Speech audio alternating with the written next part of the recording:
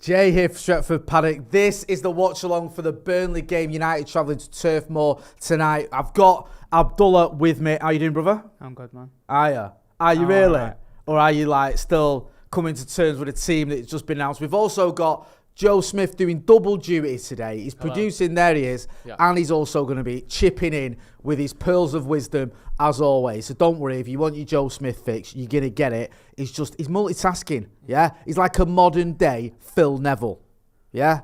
He can play right back, left back, centre back, midfield, yeah? He can do it all. The team's been announced and all our dreams have come true. A bona fide United legend and is it 3-time Premier League winner?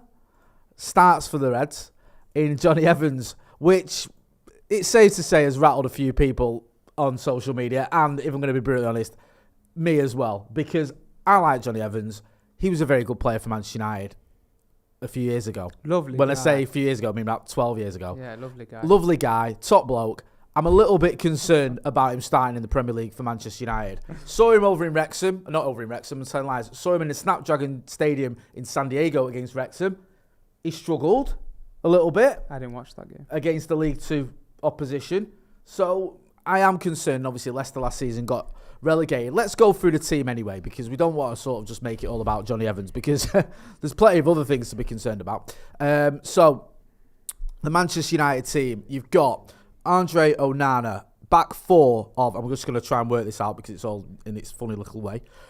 You've got Delo, you've got Evans, of course, you've got Lindelof, and you've got Reguilon. So that's your back four. So it's makeshift is the word. You've got a 35-year-old who we thought was coming in for a couple of friendlies, but he's actually coming in to start games for Manchester United in the Premier League. And you've got a sort of an emergency loan signing who has been good, hasn't he, Sergio Reguilon, to be fair Really to kid. good, to be fair, yeah. In midfield, you've got Bruno Fernandes, Casemiro, Hannibal, and I'm just trying to work this. Oh, there you go. He's worked out for me. And Scott McTominay.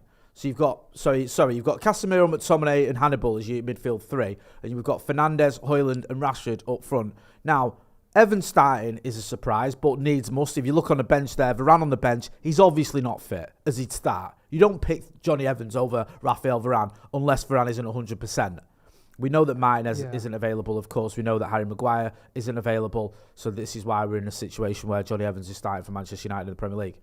Scott McTominay is another one who surprises me because his performance in Munich was terrible. I'm not even going to sugarcoat it. He came off the bench and was woeful. I thought he was poor against Brighton. I thought his game against Brighton was his worst ever in a United shirt. That's just my opinion. But he starts tonight against Burnley. He's been given a chance by the manager. Again, you might look at it and go, because there ain't much else there, Eriksen looks knackered. Van der Beek is the forgotten man. And Dangor is unproven. Amrabat as well, we're not sure on his fitness. So we'll go through the substitutes. You've got Bayandor, Heaton, 2 goalkeepers on the bench. Varane, Gore, Amrabat, Van der Beek, Eriksen, Palestre, Garnacho, Martial. Give us your thoughts on that, Abdullah, and once you've finished, I'll go through some of the comments in the chat, and I'll also go through the Burnley team. Give us your thoughts on that starting 11 for Manchester United and the bench as well. Yeah, so of course, like looking at it, it's just I had like just put a quick quote tweet out actually reacting to the team news before we started, and just that midfield for me, watching it against Bayern Munich, I really felt like a lot of players. You're looking at even when Sabitzer come over, looking at McTominay now the other day, I know he had a bad game. Eriksen, Casemiro, Bruno.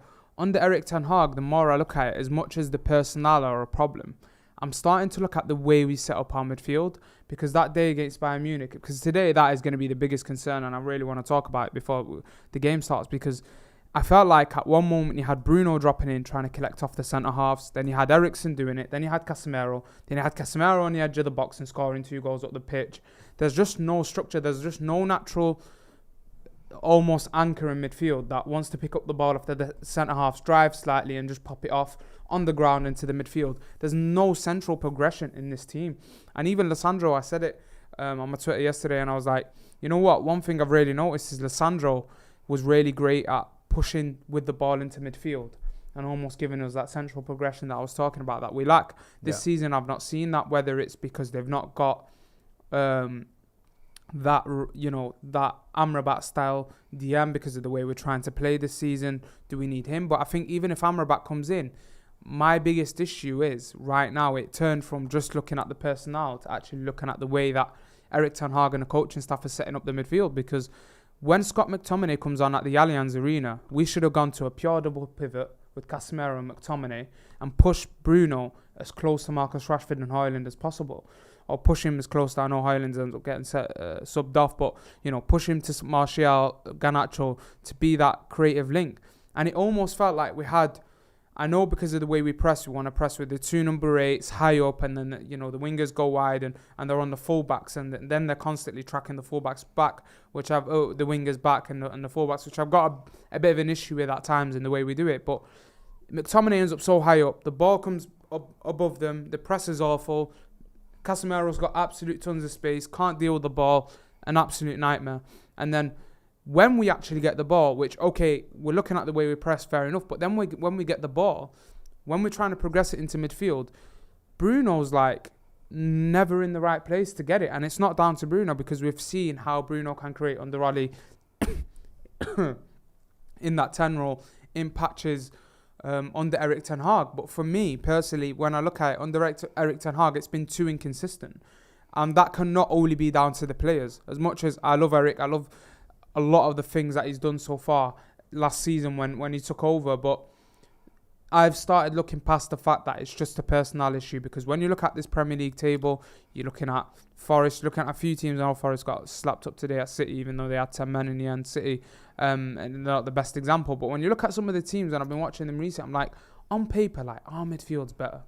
Or like, it's okay, say Casemiro's falling off. It's very similar to some of these teams. Why do these teams function better than Man United?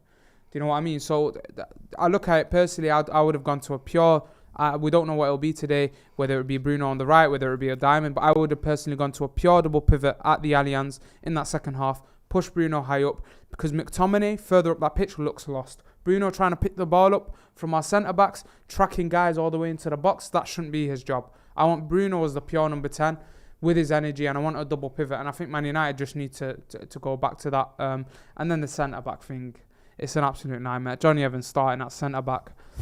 Victor Lindelof, weak in duels. I felt like, I know Delo didn't do great for that second goal. Was it Gnabry's goal? Yeah. Should have been stronger there, but outside of that, I felt like him and Reguilon have probably been our better players in the last couple of games, amongst moments of obviously from like Højlund and Rashford and stuff like that over the couple of games. But them two have done quite well, considering the midfield just leaves them by themselves and never track the men.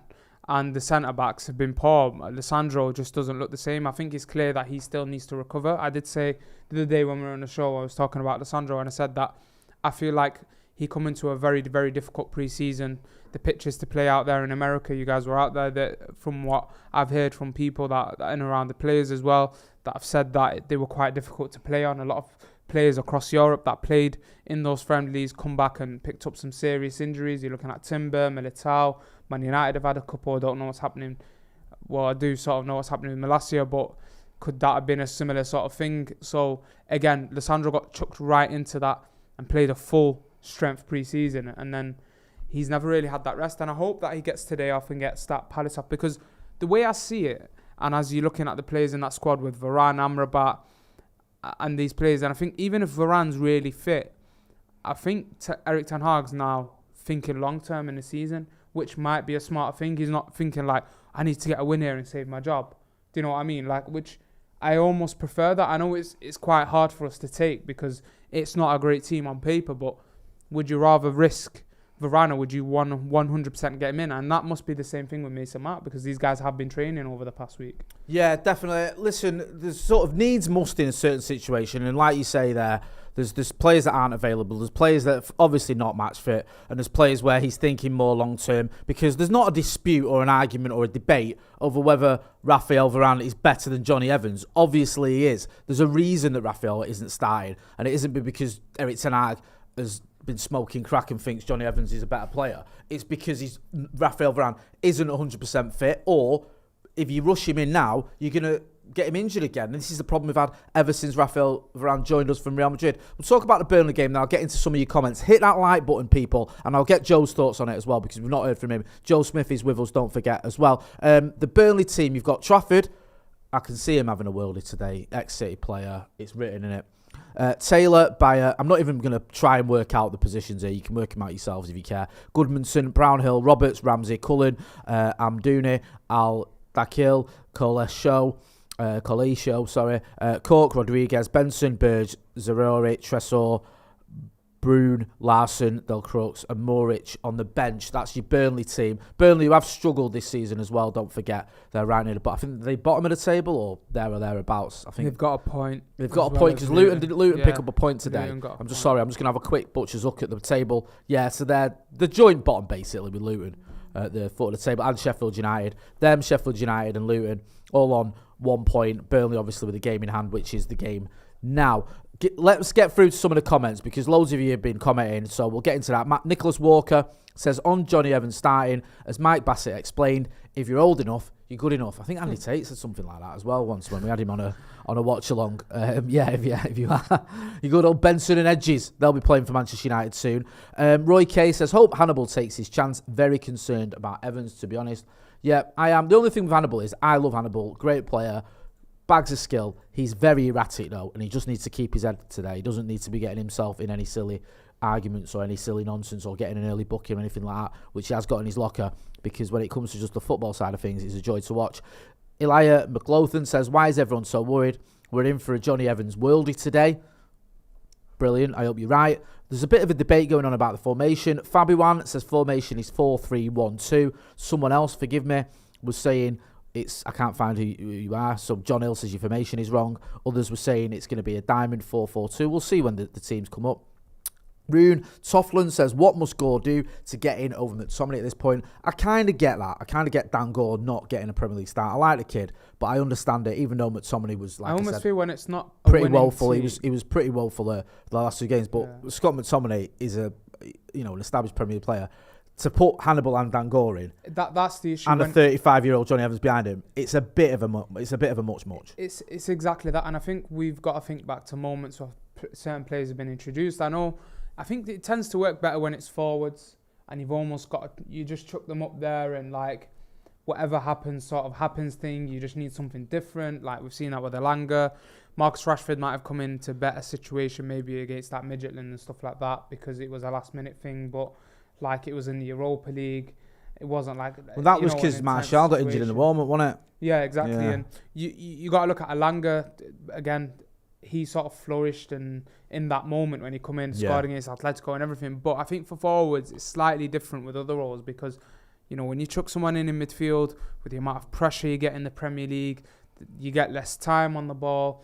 If you lose the ball and they transition against you and they score off it, you might never recover off that as a young midfielder. So I think it's a lot more of a high risk in certain positions. I think defence as centre-backs and midfielders tend to be a big risk when you're trying to play young players, and especially the pressure Man United are under. The last thing you need is a young player with everyone getting on him. Can we turn up the volume, please? Uncle Webby's on the telly, if we can hear him. Uncle Webby? Uncle Webby getting interviewed by Rio Ferdinand. This is peak.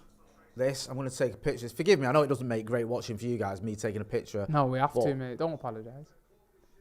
I knew because we got a phone call yesterday asking if any of us were down there. So we said Webby is. So Webby's flying the flag for us all today. And he's just basically saying what we've all been saying. We're getting outrun. We're getting outbattled. So you need to see a bit more energy and effort from the United players. Always great to see Webby. He was on the brew yesterday and he had me in stitches again. I'm going to go through a couple more super chats, then I'm going to hear from Joe Smith. Carlos Enrique says midfield should have been Ericsson as 10, Hannibal as 8 and Casemiro as 6. The rest is okay for Burnley. I do think with Christian Eriksen there's an issue around his fitness, man. The guy's been running into the ground and you can see it. The Booge says, I am a New York Giants season ticket holder. Our turf is one of the worst in NFL. So many injuries happen at MetLife. I saw you guys there. Yep, as Abdul has already mentioned. Yeah. Hit that like button, people. Over 2,500 people watching. Let's get to 500 likes by kickoff. In fact, let's get to 1,000 likes by kickoff. Joe, give us your thoughts on whatever you want to talk about, brother. The team. Yes, if you want. It's scary, isn't it? Because you like Johnny Evans, don't you? But well, I like him as a man. Yeah. But it was sort of decided a decade ago that he might not quite be good enough for Man United. And then now 10 years on, when he's 35, he's coming back in to start what is, as close to a must-win game as you can get, really, because not only would it be 4 losses in a row, it would also be a loss to a newly promoted side whose manager is City's most iconic captain of all time. So, you know, there's a lot of things going against a loss here. Because it's one thing losing to Tottenham and Arsenal and Bayern Munich, which no one wants to do, but it can happen. It's another thing losing a 4th game on the trot to Burnley. So, you know, no offence to Johnny Evans, but I think he would admit himself that he probably shouldn't be starting Premier League games for United when he basically came to train with us and has sort of stuck around. It's just a disaster. How are all these centre-backs getting injured? What's going on? Like, Maguire, I know obviously he isn't anyone's first choice, but he would be playing over Evans. Martinez, Varane, just everyone's getting injured. Obviously Luke Shaw's injured, Malassia's injured, Wan-Bissaka's just got a big long injury as well. I don't understand what's going on. You mentioned there, Abdul, about the pre-season pitches. Maybe that's got something to do with it, but surely they've not put them on these ludicrous pitches. Do you think they have? Do you think that's what it is? Just, what is it, 4G pitches or whatever? They weren't even training on 4G pitches. They were training on, from what we saw in San Diego anyway, it was a college team's training pitch. So it wasn't like this place where, you know, it's normally amateurs. Can I just say something as well? Sorry to interrupt you there. No, go on. A college team in America, right? If you say a college team in England, like if you're talking about Lewisham College or Eccles College, you're talking about a cabbage patch, literally. Yeah. Like, when you're talking about a college team, we were there, weren't we, Joe? Yeah. That college football pitch and that complex is what I'm going to describe it, wouldn't have looked out of place in the Premier League. Yeah. The standards and the facilities were unbelievable. So, and they've got athletes and people running on those pitches who are, you know, on the way to the NFL or on the way to, you know, the MLB or whatever it is. So presumably they're not going to accept these, you know, rock hard pitches that are doing everyone's knees in. I just don't. I think it's just bad luck. I mean, maybe there's something more to it. Maybe it's a few different factors. Maybe they're tired. Maybe they're slightly overextended physically. But We've not got a full-time doctor either. He's here now, isn't he? The kid from Arsenal here. What, is he? No, like he joined. Here now, bring him out. He joined. Yeah, he's here with us. Just on that though. Yeah. Do you put any weight in these injuries? Because we all spoke about last season how you had a World Cup in the middle of the season. Martinez, I know he didn't play in the final, but he went to the final. He played 120 minutes in the quarterfinals for Argentina. Rafael Varane basically collapsed at the end of extra time for France in the World Cup. He played almost every minute, I think, for France. Bruno obviously is superhuman. He doesn't count. But you've got a lot of players who've played a lot of minutes. Then they've come back from their break.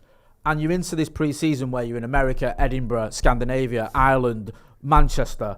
I mean, there's a lot of football being played. And even now, you're going into games. The Nottingham Forest game was 105 minutes.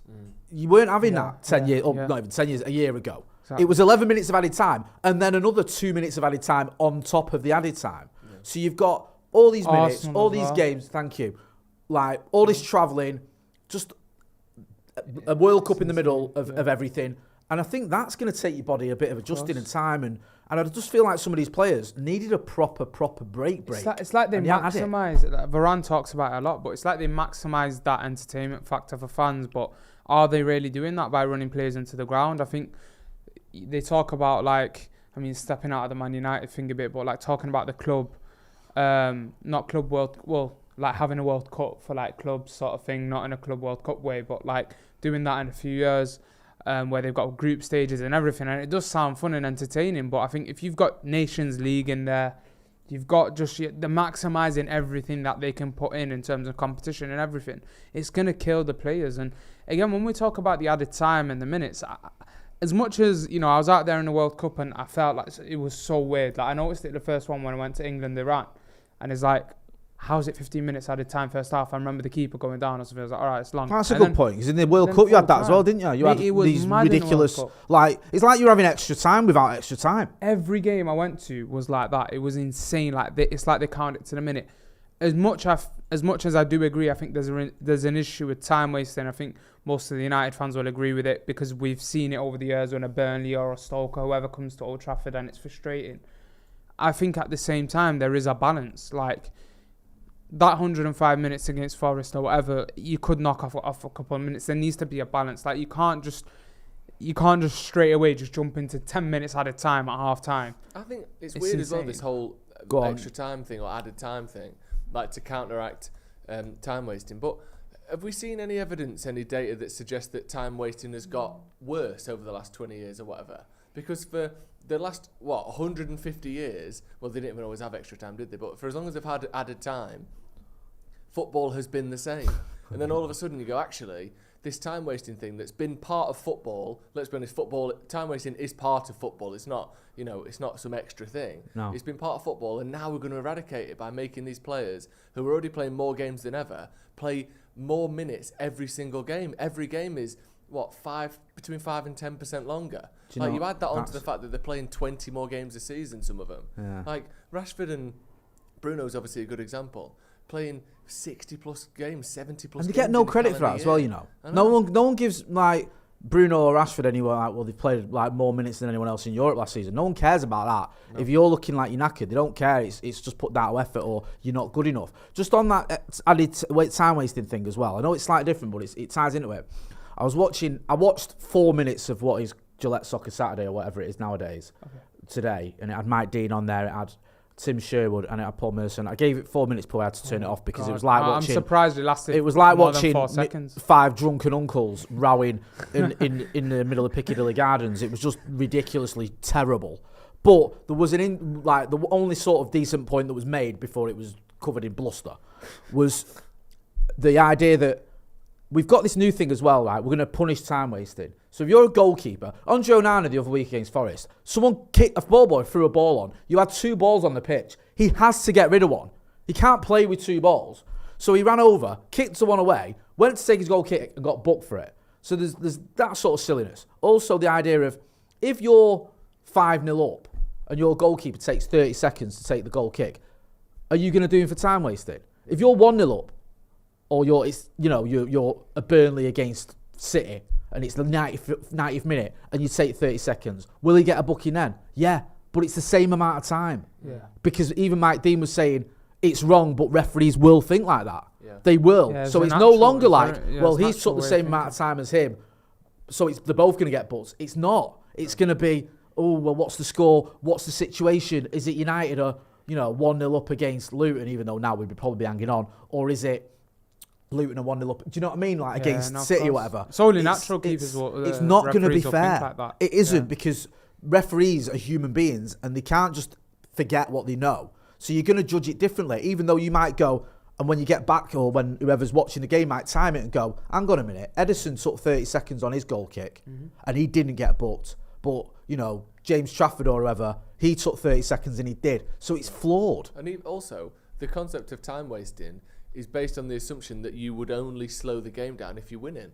But what's to say that, let's say City are 5-0 up against Burnley, and then the Burnley keeper takes 30 seconds with his goal kick. Because damage limitation. Because he's sick of it, he wants the game to end, he doesn't know where to pass it, he's taking age. Does he get booked for time wasting, or is time wasting only the privilege of the team that's in the league? It's so flawed. It doesn't make sense, because you would never book a keeper who's 5-0 down for time wasting if he takes 20 seconds, but you would book the same keeper if they were 1-0 up. It doesn't make sense. And also, why is there such a massive? Is this just the nature of football? Why is there such a massive disparity between the first half and the second half in terms of? Because I've seen some first half games at United where there's been all sorts going on, and you've had 1 minute. You've had 1 minute of added time, and I've seen first halves where you've had 3 goals and a VAR decision, and you've had 2 minutes. Yeah. And then I've seen the second half where you've had no goals. Maybe you've had 3 subs. They do it and properly or don't it's do 6 minutes, and you're like, that doesn't make sense to me. There was more going on in the first half. I think it is deeply, deeply flawed, and it hasn't helped football in any way, even though it was meant to. Because as a football fan, I want to see more football, but I don't think we are. I think we're seeing more nonsense. I'll get into some of the comments in the chat, and then we'll go back to you, Joe.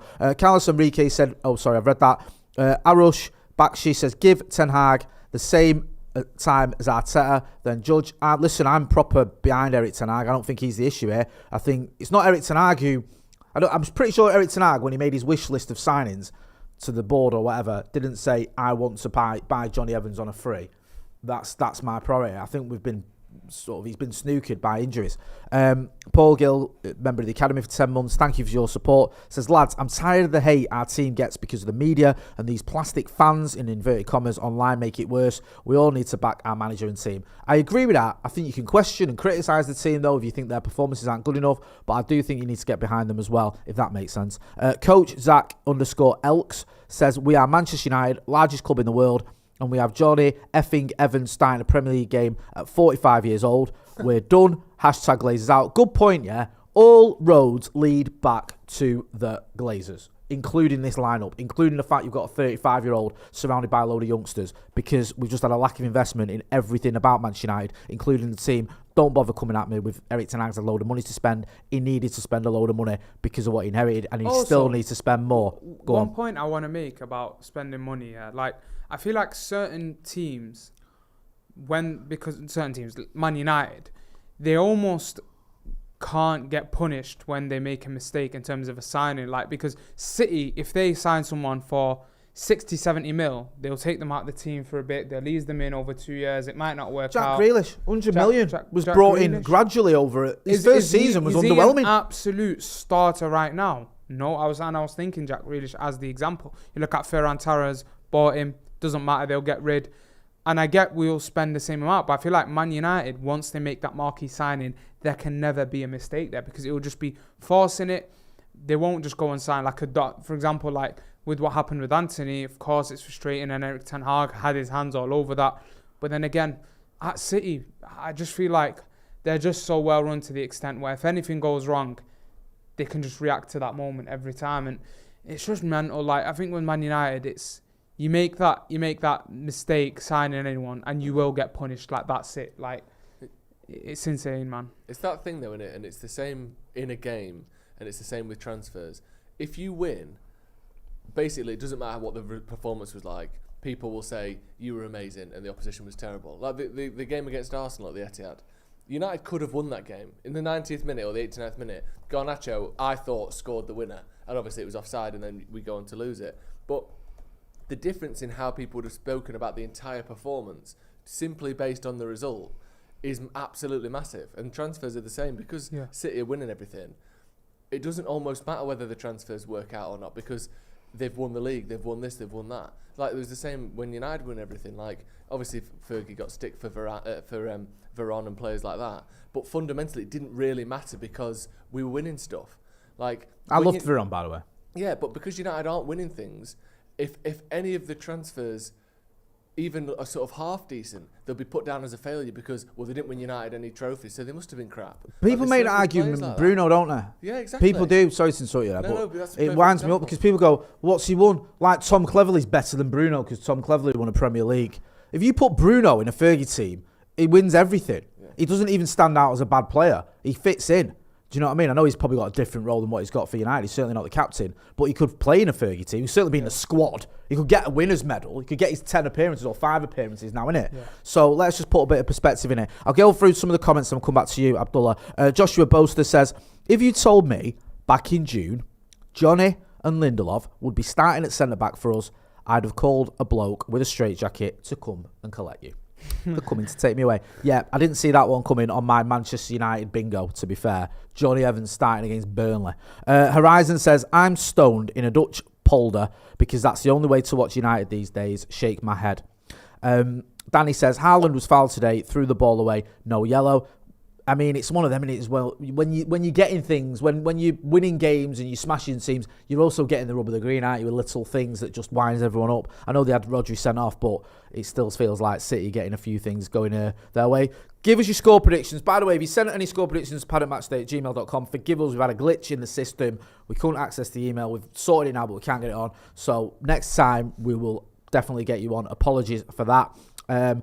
Rafael Cabral. Oh, sorry, no, I don't even know what he's saying there. Ross Murphy says, can't believe Van der Beek is still here. He wants out and we couldn't sell him. I mean, you could probably swap Van der Beek for about 5 other players, to be honest with you. DB Cooper says, can Joe do the Ethan accent? This is throwing me off. So that's obviously a Sloppy Joe's fan, because Sloppy Joe's set up is Ethan on your production desk, innit? Yeah. The same way you've got set up. So can you do that? Can you do an Ethan accent? Ethan's from Newcastle, if anyone don't know. Producer Ethan. I could, but I think it would be distracting. Would it be offensive? It might be offensive. I'm worried about accents. It would be offensive. I don't like with doing it. foreign accents Yeah. because I feel it's a little bit insulting. You know, if you're like, oh, here's my French accent or whatever, I'm always a bit like, it's a bit. Do you know what I mean? Yeah. Don't want to get all woke on everyone, but it doesn't sit right with me. Get involved in the chat and the comments. Hit that like button. Over 3,100 people watching. We've still not got to 1,000 likes. Give us your score prediction as well. Mr. Impact Craig says 4-3 United. DB Cooper says 43-0 to United. Horizon says Amrabat super sub. Dylan Ent says we miss Ethan James. Philip Glover. We'll have no more of that talk on this channel, by the way.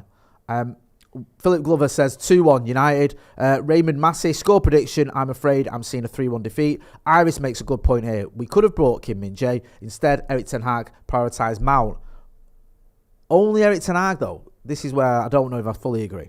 Only Eric Ten Hag is to blame for that back line. Abdullah, what do you think about that? Lauren's in the building as well. We're going to be in from Lauren at half-time. Lauren Page is here. Go on, what are you saying about the idea that we brought in Mason Mount and you could have took that 60 million, literally that money would have got you Kim Min-jae if Kim Min-jae wanted to come to United. Do you buy into that? No, not really, because I think Manchester United needed to sign a midfielder that can take the ball under pressure, turn, as much as like we've not really been able to see that with Mount, because again, it's the thing I opened the show up with earlier with the midfield. I feel like there's such a big disconnect in this midfield that's so unorganised. You don't actually see the maximised best from all these players. You know, you see him almost in a double pivot in the first half against Spurs. Then he gets pushed further up. Then, the midfield becomes open. Manchester United needed better technical players in midfield with an engine. So he was almost replacing Fred. Manchester United needed Mount, but also needed a good centre-back. They couldn't have spent the money that they needed to spend in one summer to fix an absolute mess of a team that's been built by 3-4 managers over the past few years. Yeah. So, as much as I do agree, like I'm a massive fan of Kim Min-jae, and I said it that day before the game ahead of the preview for Bayern on here, and I did mention it. So, I'm a big fan of him. I would have loved him at Manchester United, and I think he would have complemented Lissandro really well. I just believe that Manchester United needed to address certain areas on this pitch. If we brought him in and we didn't bring an Amrabat and a Mount, for example, or one of them two, and I can see Mount really kicking in, especially if we can get a diamond go in and really find a better plan to the way we're playing in midfield, because it's not just the personnel. I think we'll see something good from Mount, but Manchester United have a lot of fixes that they need to make in this team. It's very easy to say that should have been done over this. I think where you can do that is more like last season buying Anthony for over 80 mil. Yeah. Because that could have been invested in a player that I'm a massive fan of, Diaby, for example, who went to Villa. He might have not come in and been an absolute starter week in, week out, but is an explosive winger who can get you goals and assists, who plays good as inside, he plays good on the touchline, whether he's receiving wide, whether he's a goal threat, whether he's creating. So it would have been better buying him for 30-40 mil and then spending that 30-40 mil on a defender, or banking it in for this season. So yes, when you look at certain signings, resources could have been better. You could say the same with Casemiro, giving him a long-term contract. As much as he had an unbelievable season last season, outside of the suspensions and stuff like that, it is easy to say that, but Manchester United isn't an easy fix right now. There's a lot of issues on and off the pitch, so it is very easy. We're all guilty of it as fans, is saying we should have done this to make this happen, we should have done this to make this happen. I think when the infrastructure is not there in terms of transfers and scouting, and when you look at over the years, Oli come out that day and was saying, about not getting Caicedo in, not getting Haaland in when these things presented themselves. Same thing as Jude Bellingham not coming in. So it is very easy to say these things, but when you look at how Man United could have used resource better, these are decisions again that aren't just down to the manager, and it's a whole problem at Manchester United that again always comes back to the Glazers, because when it's a business, it's a domino effect. When things aren't being run at the top, they need to get hold of things. Why is a signing 3-4 years ago, not even 3-4 years ago, why is Sancho not working out? Then we've got to go buy an Anthony. Then you're hearing that Sancho wanted to preferably play on the left. When you're buying him in a season after the 2 seasons Marcus Rashford had, before that, the Ralph season, why are you buying him to be a left winger then? So now you've just spent money on 2 right wingers, essentially. Over 150 mil on 2 right wingers, and there isn't a proper structure to to the things we're doing. So yeah, it is very frustrating.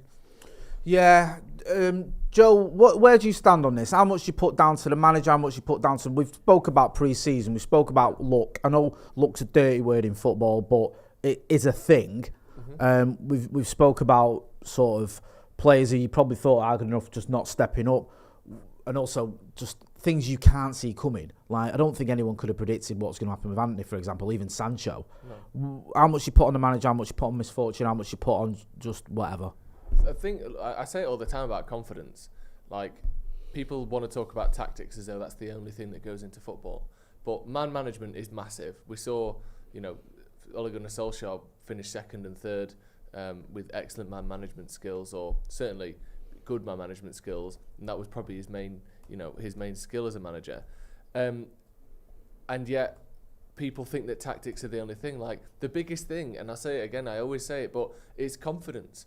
A team that is confident that is not necessarily hugely tactically focused will beat a team that is immaculately tactically drilled but has no confidence.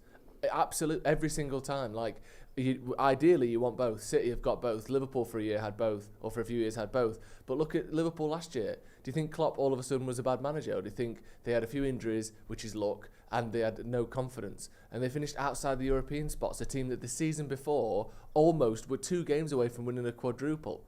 All of a sudden they've just gone terrible. No, confidence can make you drop 30 points on the season before. It's that big.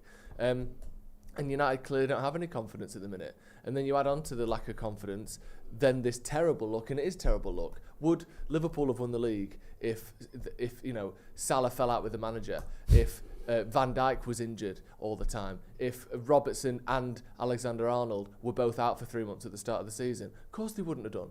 You could same for Leicester. If Mahrez was out, if their whole defence was out, they wouldn't have won the league. Like, if Kante was out also for 3 months, of course they wouldn't. United are missing massive players. That back four that you can see there, Dalot, Lindelof, Evans, Reguilon, 0 of them are our first choice back four. And we're just expected to go and win anyway. You look at that midfield three, one of them is our first choice midfield three, Casemiro. And because obviously Bruno would normally be in there, but he's had to go out on the right hand side. You look at that front three, only 2 of the front three would be our first choice front three. Like, we've got 4 players in this team today that are playing in their preferred position, and they are the first choice in that position. That's it. And the Premier League is too strong to just go, it's only Burnley, we've got to win anyway. This is going to be really hard today. And a big reason why it's going to be so hard is bad luck, because United have got 13 injuries or whatever it is. Like, you can't say, you should win anyway. Well, no. What you don't have half of your squad and you're just meant to win. What's the point in having a squad then? What's the point in even trying to pick good players if you should win with shit players? Like, it's going to be really hard today, and I feel that, yes, there's some blame on Ten Hag, and I think some of his subs against Brighton were slightly bizarre, and some of the tactics were weird, and I think he deserves some criticism. But one of the main reason today's going to be difficult is because our team has been decimated by injuries. You can't pretend that doesn't affect things. I just think people don't want to admit that luck and confidence are big things in football, because you can't see a stat for them, and you can't fix it. You have to just be a bit lucky. Like, it's just, I don't know, I think it's such an under focused on thing. But this team today is nowhere near where we would like it to be. Also, as well, with some of these signings, and you spoke about earlier, Abdullah, I'm going to get to the comments in a minute, because there's loads of comments and loads of chats. You spoke about he's playing a bit of more long-term thing. Like, Mason Mount isn't available, but that doesn't mean Mason Mount can't be a very good signing for Manchester United. You don't judge him after 7 games, or what would have been 7 games. You look at the situation of Amrabat. Amrabat might be a very good signing for Manchester United, but we haven't seen him yet. And obviously, he doesn't want to throw him in if he's not 100%. So these are players, even the goalkeeper who's been getting a little bit of grief. Long term, there's a good chance this kid can end up being a very good goalkeeper for Manchester United. So at the moment, it might be horrible, but in a few weeks' time, we might be going, thank God we got Mason Mount. Thank God we got Amrabat. Andre Onana, what a signing. Already Højlund is showing what he's about. I know I saw something, and again, forgive me for quoting just people whose opinion is completely stupid and worthless, but I saw someone, I think it was Clinton Morrison, saying that there's no debate between Harry Kane and Rasmus Højlund. Well, no, there isn't, and there never has been. No one's saying Rasmus Højlund's better than Harry Kane. That's not even a thing. Rasmus Højlund's a kid who scored something like 28 professional goals. Harry Kane scored that more than that last season. So it isn't an argument about, who's better, Rasmus Højlund or Harry Kane. The question is, who can you get?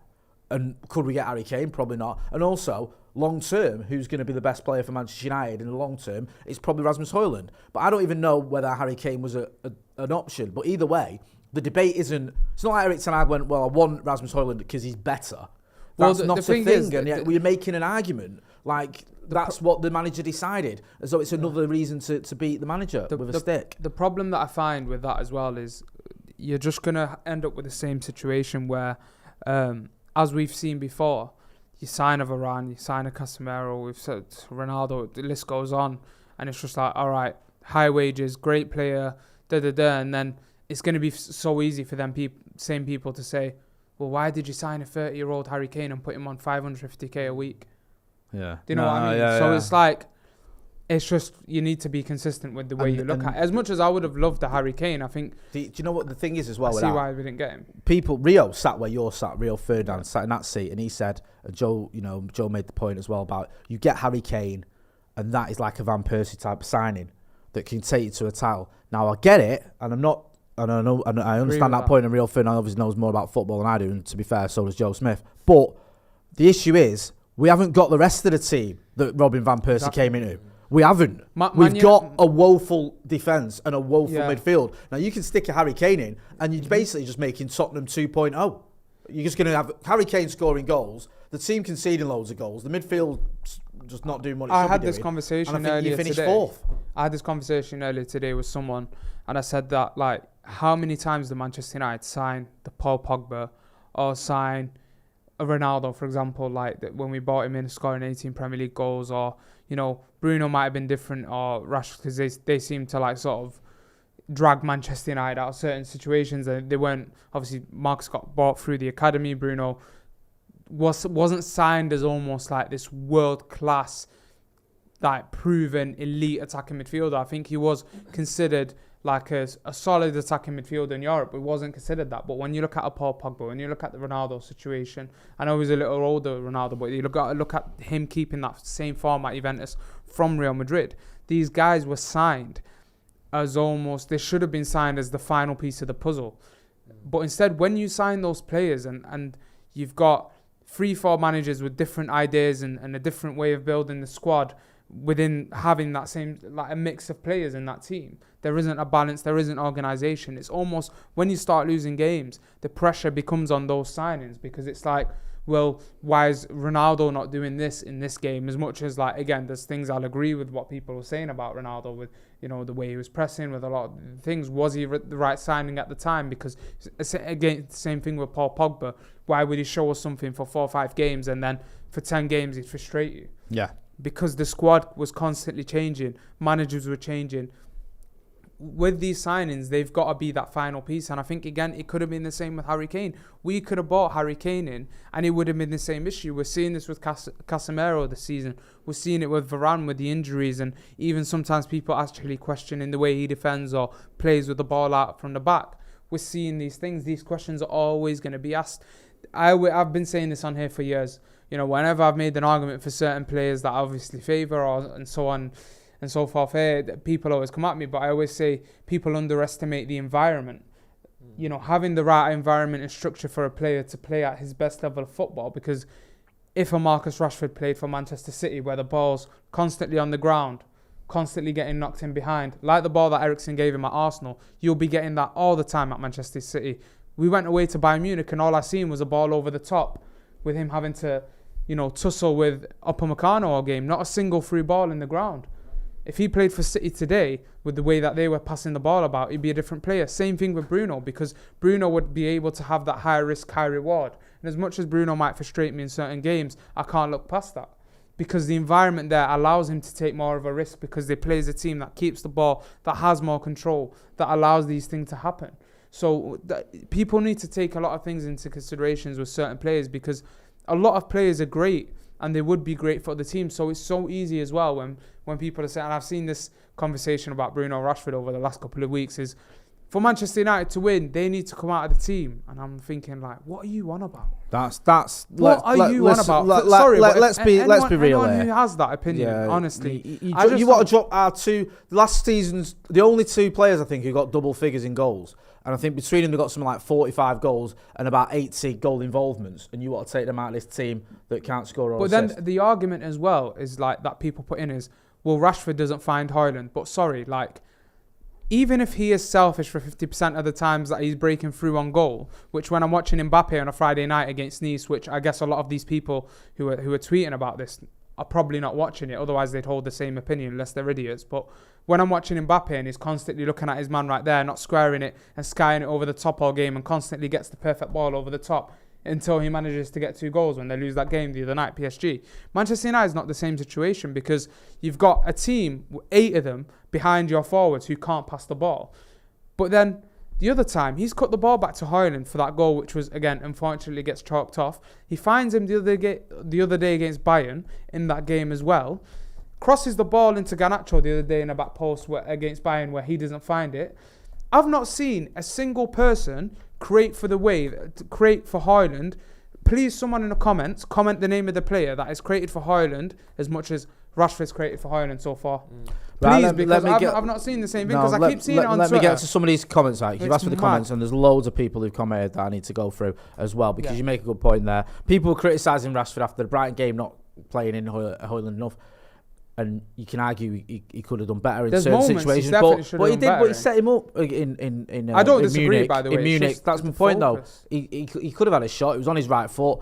He scored a lot of goals like that, but he didn't. He gave it to Højlund, who got his first goal for Manchester United. So I think we need to sort of have a little bit of perspective. Marcus isn't beyond criticism. Believe me, I've criticised him enough, but I think there's a bit of context to some of this criticism. James Stewart says company's cap needs a pay rise, makes his head look like a normal size. Laughing emojis. Danny says, as PR, I tell players after game to call out press saying, you make this up, you talk too much, blow things up when we are good, and we will get better, then walk. The movie score lad says, Rashford brace, you heard it here first, lads. I hope so. Knowing us, though, we'll probably lose 3-2. Oliver van der Nax says, we need to keep our heads up. Bad starts happen to the best teams. We need some belief in this team to turn it around. Triax MMB says, we need to stop having such a meltdown. It takes time to fix things. Ferguson needed 6 years to fix us. Klopp 4 years to fix Liverpool. Arteta 4 seasons at Arsenal. Ten Hag's been here 16 months. Yeah, I think Fergie took him 6 years to win his first title, but I think he'd more or less sorted things out before then, but I get your point. Daz Salford 69 says, do you think United needs to change the wage structure given we can't ship players out? Maybe 100k cap, the rest in bonuses. Maybe. I think the danger is for some of these new signings, you're not joining a team that's likely to win the league. You're not joining a team that's likely to win the Champions League. If you're not joining a team that's going to pay you as much as you're going to get elsewhere, are you going to join? There's certain players that would. Rasmus Højlund apparently wanted to come to United over PSG because he wanted to play at Old Trafford in front of, one of the biggest crowds in football, but not everyone will think like that. Fergal McClement says, what happened to Leacher? Is the injury carried over from last season that keeps coming up? Could this explain the drop in form? Think he's key to United overall. I agree with all that. Colin Coupledick says, preach Abdullah, nice one. The Gamer Pradhan says, can't believe I'm seeing Van der Beek on the bench. Lockstock says, Rashford isn't light enough on his feet to be a City-style player. I think he could play in the City team, to be honest with you. You're talking a lot of rubbish. Mark Griffith says, don't drop the keys, lol. Yes, in a packed field, that was the worst news story I've ever seen in my life. Civ Monster says, Evans missing was the reason Leicester got relegated. I'm just going to talk about that briefly, because you're saying that Evans missing was the reason Leicester got relegated. I mean, that's a fair comment. You know, I don't watch a lot of Leicester. I think he played 13 times for him last season in the league, and they lost 9 of those games. So I'm not sure he was the main difference in them staying up and them going down. I know it's a lot more than just him and his performances. How many wins did he get? He got 2 wins out of his 13 games. So I don't know if that proves that had he played 2 draws. 2 wins, 2 draws. Yeah, you're good at maths, aren't you, kid? You worked that one out, didn't you? No. Hey, you took the 9 and the 2, and you worked out it was 11. I'm proud of you, son. His stats. I'm not going to pretend I watched a lot of Johnny Evans at Leicester last season, but his stats don't make for great reading. They look okay-ish, but nothing where you go, oh well, he was playing really well for Leicester last season. Technically, what I want to say, Jay, is if you really do the maths, go on. Maybe he might have kept them up. maybe. Because that's relegation battling form, isn't it? It's there or thereabouts, isn't it? Do you know what I mean? That is great. Hey, I'm looking at 4 games unbeaten. Sionsu he played 7 games and he got 2 wins, 2 draws and 3 losses. So I don't know. I thought Leicester were just poor last season, and I think everyone in their squad was more or less poor, other than James Maddison, who's got his move to Spurs and done really well, which is just another reason to beat Erik ten Hag, apparently. Joe, before the game kicks off, first of all, everyone in the chat, give us a like, smash that like, and if you've not done already, subscribe to the channel. Joe, give us your score prediction. You know the team. You know the Burnley team. You know the United team. And also, few people in the chat point out we've got Bruno Fernandes as 18. Yes, we know it was a deliberate mistake to see if anyone noticed it. You did notice it. Well done. You win a prize, which is Abdullah's going to come round to your house and cut your teeth for you. Joe, give us your score prediction. Now we know the teams, and I will go through the teams again in a minute. I don't usually predict United to lose games, but I predicted we'd lose 2-1 on the preview, didn't I? Right, and the team that we are fielding is worse than the one I thought we would. Yeah. So I'm going to stick with that. You can change it to 3-1 to Burnley if you want. No, I don't think it'll be that bad. I think we're going to lose. I'm really nervous, and maybe it's just the nerves talking, but they're the sort of team that we are really struggle against. A team that likes to press, a team that likes to keep possession. I know they're doing it at sort of a championship level, but we saw under other managers where when we're in that sort of like wobble moment, it can turn to sort of free fall, and especially when it takes the tiniest amount of pressing and the tiniest amount of pressure for United to sort of crumble. And once you get Johnny Evans running back towards his own goal, with players running through, I don't know what he can offer really. So I can't imagine we're going to go there and sit back, because that would be bizarre. And if we don't, I think we're going to concede. So unfortunately, I'm going to go 2-1 Burnley. Do you know what it is interesting? I think that one of the lowest points for me as a United fan was the last time we got beat off Burnley.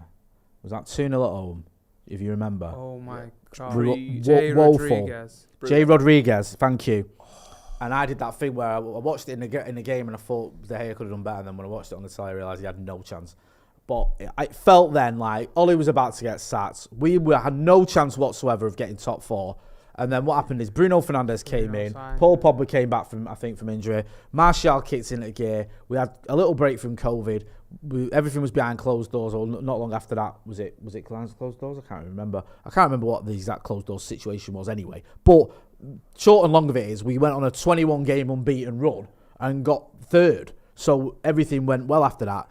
I just wonder if this is going to be one of those games where we lose this game and then things start going right again. I hope not. I hope things start going right from today. There's too many losses now. It's like you lose this, it goes right again. Go on then. Give us your score prediction quickly so I've got time to do the teams before we start. As everyone knows, my prediction's always 3-1 United. That will never change, even if we play in League 3. Right, okay. Abdullah's going 3-1 United. You can see the United team there. I'll go through it quickly. Onana, Delo, Lindelof, Evans. Yes, that is Johnny Evans. Sergio Reguilon, Casemiro, McTominay, Hannibal, Fernandes, who's now 8. Højlund, Rashford, and on the bench you got Bayende, Amrabat, Gore, Van der Beek, Martial, Varane, Eriksen, Pellistri and Garnacho. And playing for Burnley are Trafford, Taylor, Bayer, Goodmanson, Brownhill, Roberts, Ramsey, Cullen, Admuni, Al-Dakil, Koleosho. And on the bench they've got Cork, Rodriguez, Benson, Burge, Zarori, Tresor, Brune, Larson, Del Crux and Muric. Get involved in the chat in the comments. Hit that like button as well, people. Let's get to 1,000 likes. The game is about to kick off. Daniel Abraham says, Johnny Evans starting for us. The end is nigh. Crying emoji. Come on. It's not that bad. Smash a like. Let's get to 1,000 likes. The game is about to kick off. So let us know what you think. The teams are there. You can see the teams. We've gone through the teams. United are having this horrible run. 3 successive defeats. 3 defeats in the Premier League out of 5 games. We've just lost 4-3 at Munich. We've just lost at home 3-1 to Brighton. So it is pretty woeful, especially historically for Manchester United. I think this is our worst start to a season since 1989. But who was the manager in 1989? Sir Alex Ferguson. Yeah, it's not a trick question. It's an easy one. Mate, I'm a kid. You're a kid, are you? So you didn't know that Fergie was the manager then? No, because I was making sure that you just thrown at me. I didn't hear what you were saying before. Right. You weren't listening to me is what you... I was watching Amdouni getting ready to slap us with 3 goals. By the way... Go on. he is absolutely class.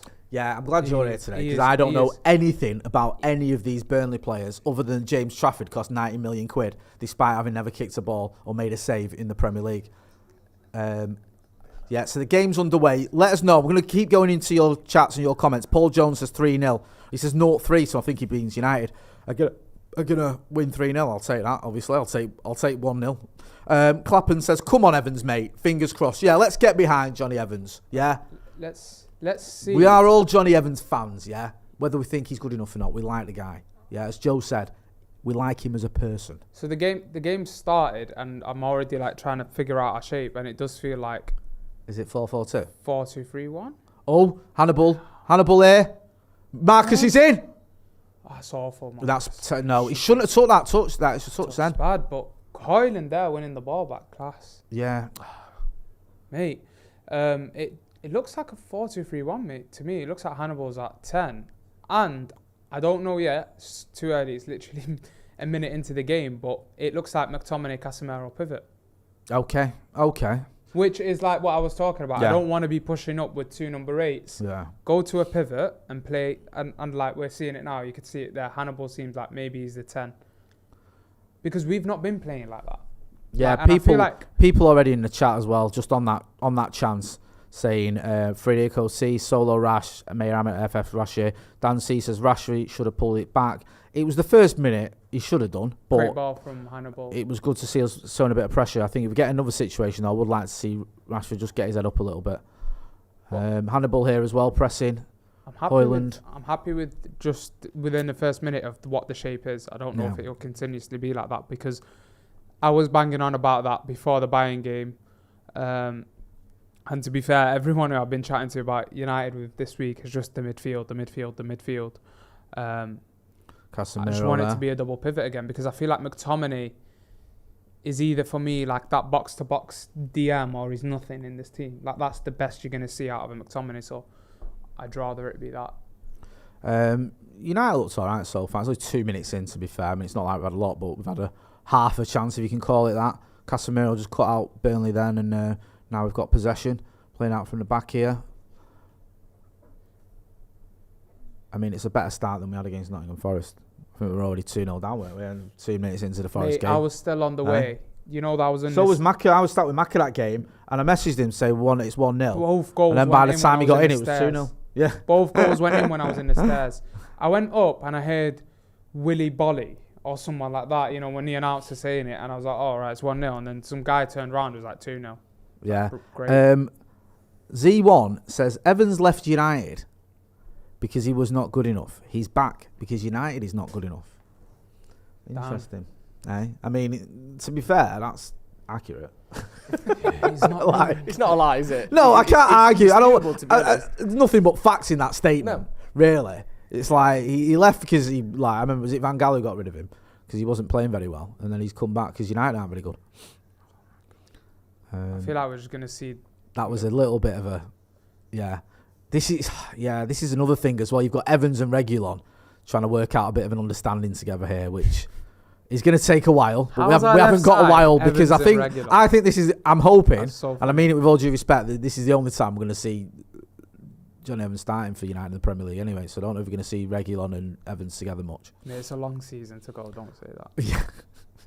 What I'm looking forward to is in the summer when he extends his contract. Oh no, I know. Hey, we give him a new 3-year deal. Give him the absolute Matic treatment where he gets Yeah. a 3-year extension despite being 35. He has 45 good minutes against City, and we give him a 3-year Good extension. pressure.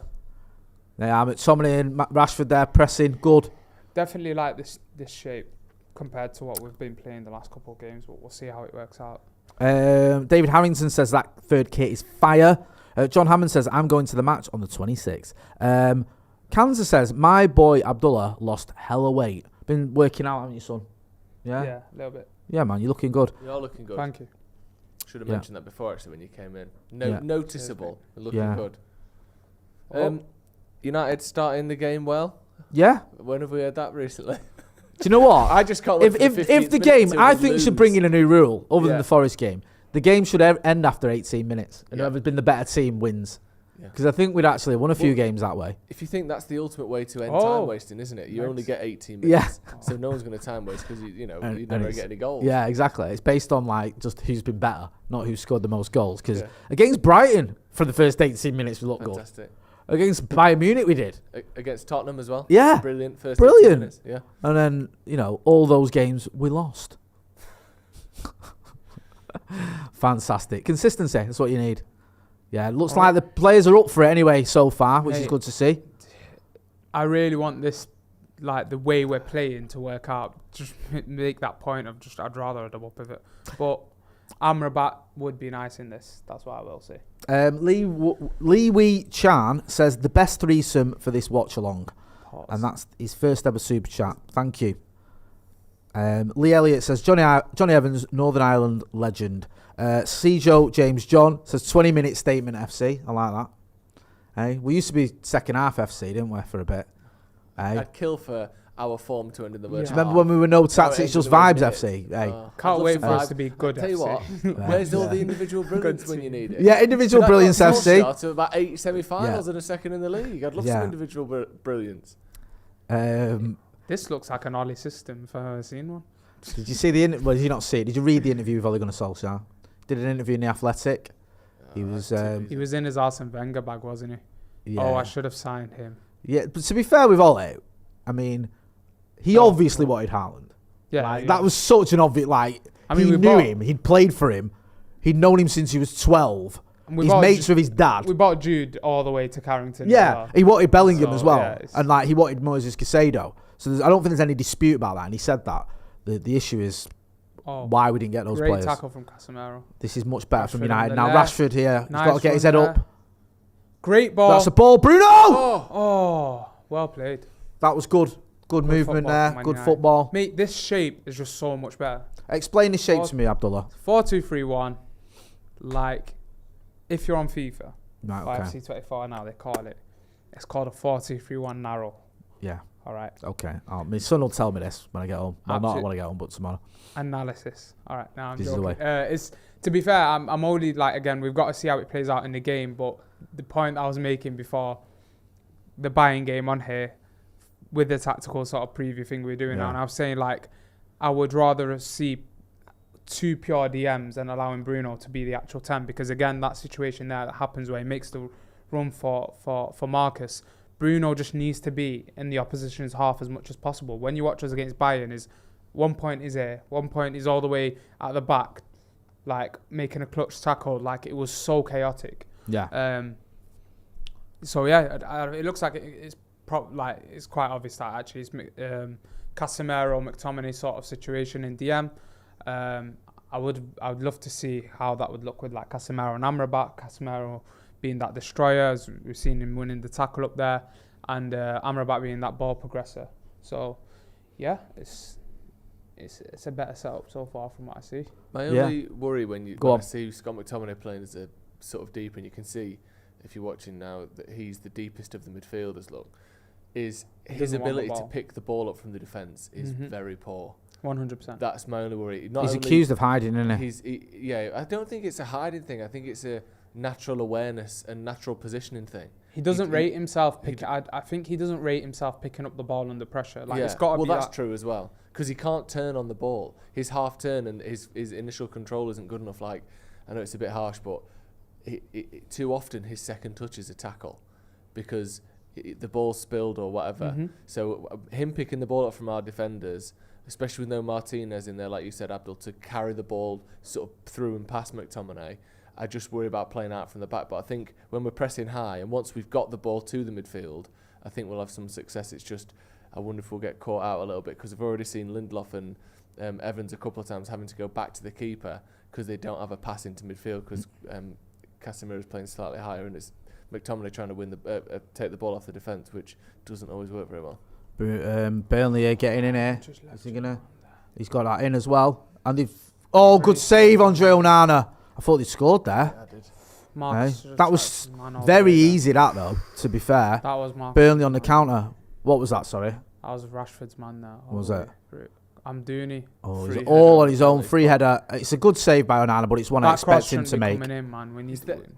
That's the aerial equivalent of the goal we've conceded 4 times in the last 2 games. Unbelievable how it just keeps happening. Same thing every time. Yeah. Just guys need to track them, man. Better, it's basics, man. You do it in 5-a-side. Yeah, it is. And that'll give them confidence as well now. That's the best chance of the game so far to Burnley. The header was decent, but I actually think he should have done a little bit better. He's a good player, man. That I'm doing, honestly. And now they're going to get another chance here. Casemiro doesn't really get rid of it. Burnley still in the attack. Offside. Oh, come on, he facts that one in. Hannibal there. Oh no, Hannibal dithering on the ball. Not lose it there like that. The whistle's gone for offside. So if Mason Mount was fit and we were playing this sort of setup, do you think you'd see him on the right with Bruno at 10?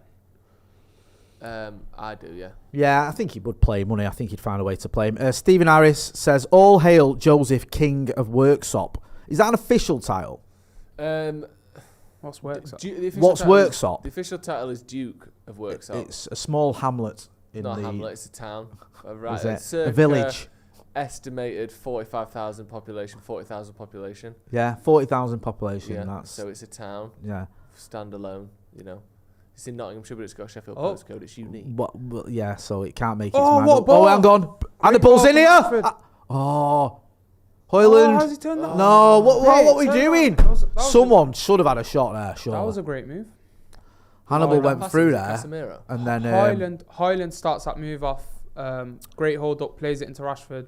Rashford, great ball into Hannibal. Well there, Hannibal does really, really well there to play it into Hoyland. What I'm liking though, Hoyland's always in that spot. Yeah. You know, when the ball gets in, and I feel like we never really had that like last season. No, we didn't. Matthew Lovett says, coming from the IOW on Monday for Tuesday Cup game, can you recommend any decent red pubs? Usually go Media City, but want to expand the Matt Horizons UTFP. I don't even go out pubs anymore, bro. I only go to hotel football or just straight to the game. Sorry to be boring and that guy.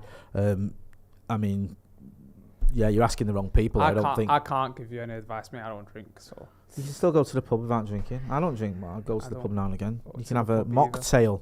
Craig Bellamy. Gordy B666 says Rashford not supposed to do Casemiro and Reguilon's job. Matt Wick says the Gollum of Worksop.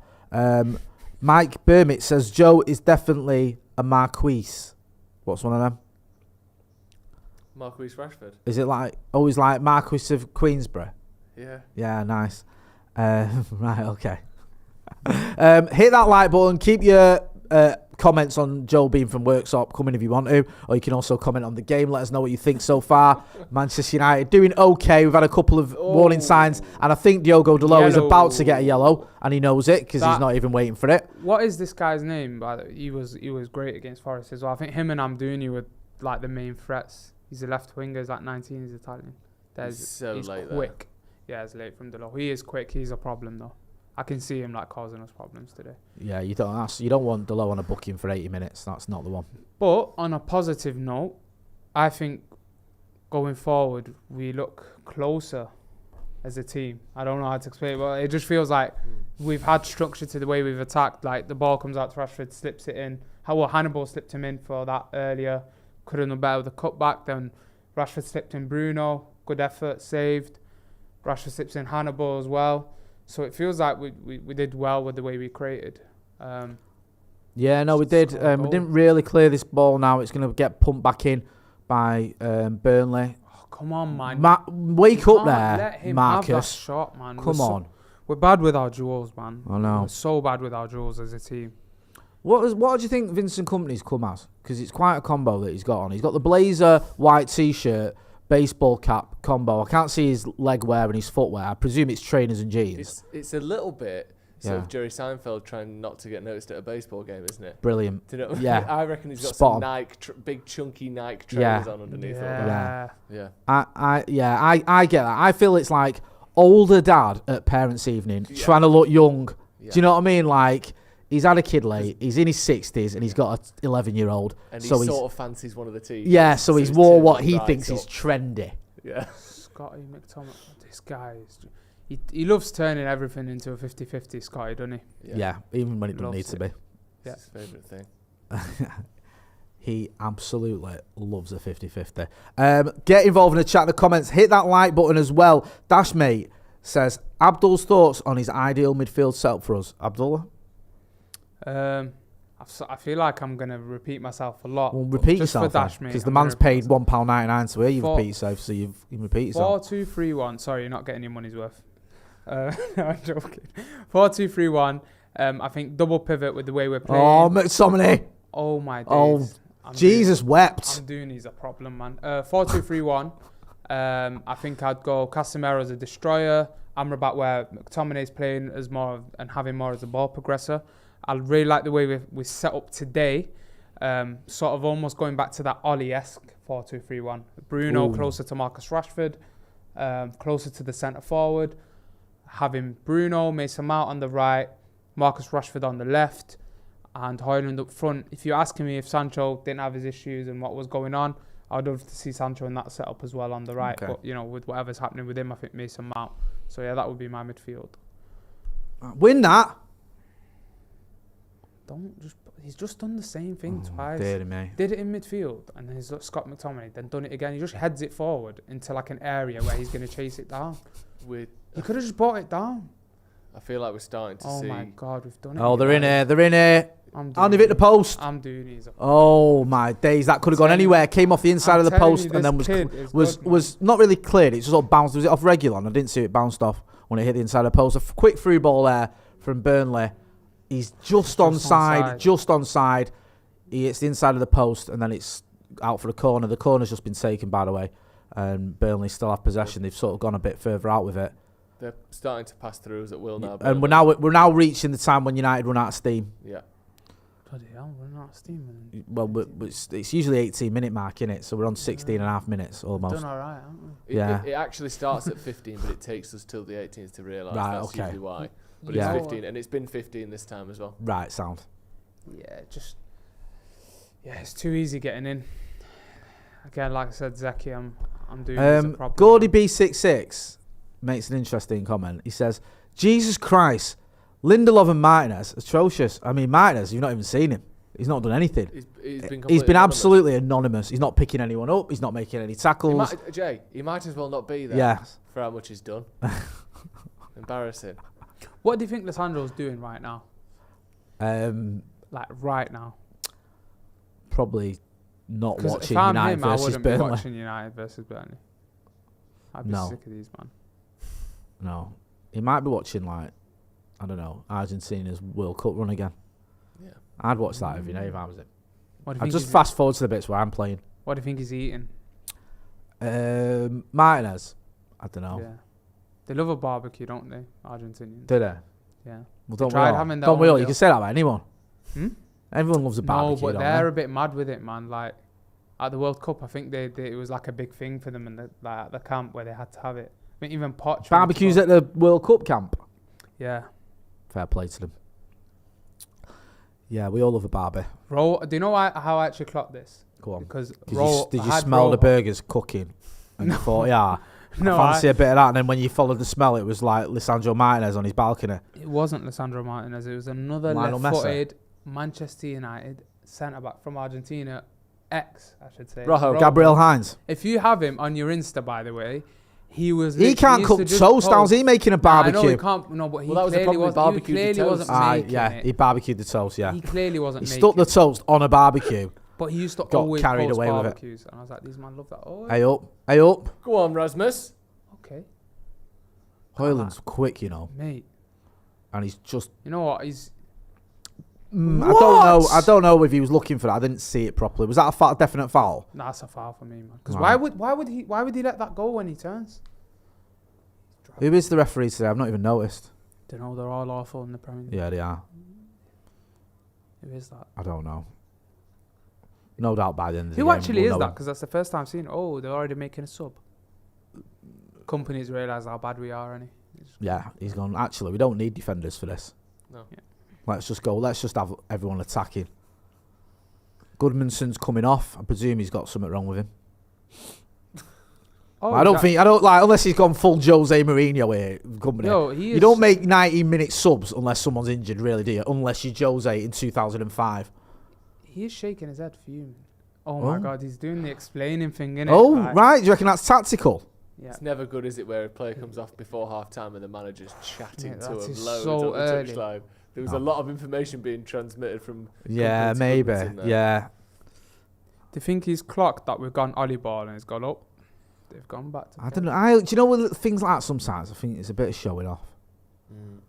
Like, do you know what I mean? Nah. I do. I think a manager is going, look I out, think he you just know. wants to win the game. I don't know. Like, He's not doing it to show off. does it really warrant a tactical I'm so change now? smart. Like, I'm Pep. I need to make a substitution in 90 minutes now because I've realised something that I didn't think was going to happen. I don't know. Maybe I'm He being harsh on definitely him. wants all the nerds to clip that up and go, what Vincent Kompany This did is what in I'm saying. 30th It minute, smacks of like. Do you remember when like Arteta played that child last season and broke the record, and we've not heard from him 15-year-old. since? Yeah. It was just like, oh, decided to play. Yeah, because you wanted to break the record and show it. You know what I mean? It's not like that kid has been like that good that you think, oh, he deserves to play in the Premier League or has played anything like that since. It was just like, oh, we've got a youngster. Let's break that record because I'm winning all my games and I'll get away with it. I don't know. Sometimes I just think managers show off a bit. Maybe I'm just being Touch bitter. inside from the low. Look Good at that, switch eh? out to Reguilon. Nice. Go on, Reguilon. Lovely. This is football, this son. Go on. Pop it back. There we go. That's it. Just keep the ball for 5 minutes. Let's break this 20-minute curse. In fact, we've already broke it. It's 21 minutes. We're not losing. We might win today. Imagine. It's crazy, isn't it? Imagine a win.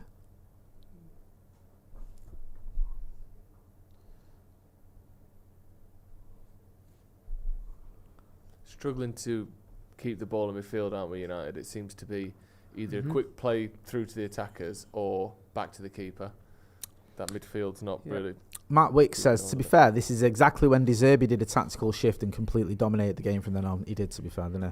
He didn't make any subs, So he's but... trying to say Vincent Kompany's trying to be De Zerbi. He's basically, he's begging it off Pep. Oh.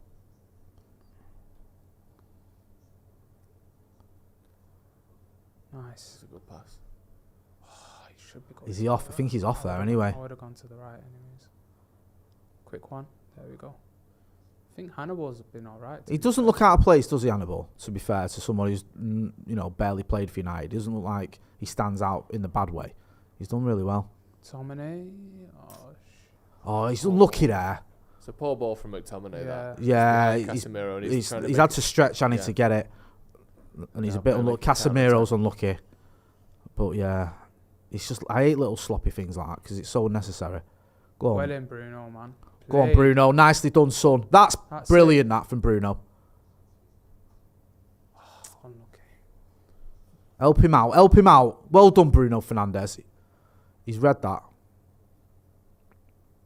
There is nice little moments from that front four, promising moments. Yeah. It's just it's almost they're trying to figure each other out in a way because Hannibal's new into that. But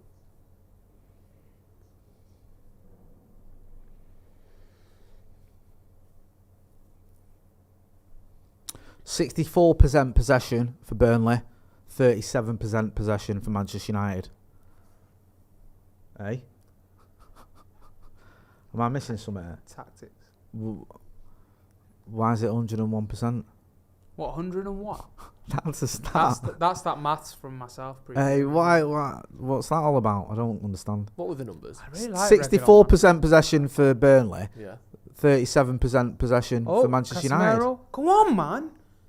Oh, the pass was on time back though. So there's been 101%. Yeah. Hey, so when they say you can't give more than 100%, they're lying. Corda Maybe it's that Manchester thing United. of, do you know in a pepperami, Yeah. it's got 140% pork Yeah. because it started off with pork and then they dried it and then they made more pork out of it. Right, okay. So maybe it's possession that's been sort of crystallized down to its very sort of essence. Yeah. And then, they put water on it and it's actually turned out more than it started with somehow. Brilliant. Yeah, it's absorbed some possession from the air. Ah, right. So, that's what it's done. It works out. It's the pepperami possession. The Burnley keeper looks like such a That's child. what it's called, isn't That it? sounds like an old Regulon's on baseball corners. tactic. It does, Interesting. doesn't it? Oh, great ball. Yes! Yes! Johnny Evans! Yeah! I've got Regulon in my Yes! Let's go. It's Evans! Who doubted him? Good Hey, Evans! Free Eric Ten Hag to celebrate. Hey, seriously, love that. Johnny Evans, who'd have thunk it? A lot of bald men. And you all doubted him. You were all criticising him before the game, saying he's not good enough. Mate, Reguilon on corners. Did you see that ball? Yeah, that was mint. Hey, he's class. What a Spurs. Absolutely class. If Spurs had Reguilon, they'd be top of the table. If they kept him. That is actually a crazy ball. That. And it's direct from a corner as well. Johnny Evans scoring direct from a corner. It is 2012. Do you think isn't we're it? about to break Great head of that as whatever well. curse it is we have? Who played the ball in? Sorry, I missed that. Was it Reguilon? Evans. I think Yeah, it's Reguilon, Reguilon. mate. What a ball. Reguilon to Johnny Evans. Oh, I'm Oh, so no. tired of it. Nah. Yo, I'm walking off. I'm sorry, guys. So there's City, a by the VAR way. check on a potential offside it's not going to for get given. Rasmus Højlund It won't standing in get front of the given. goalkeeper. Why did I even celebrate? Because every goal doesn't get allowed now when we score anyways. It doesn't matter. Is that 3 of our last 4 goals that have been chalked off? I'm pretty sure. I think it might be. Like in the Premier League, yeah. Oh, he's going to check the screen. The thing is, City got that same goal given, by the way. Or worse than that. Did you see the Akanji Yeah. one?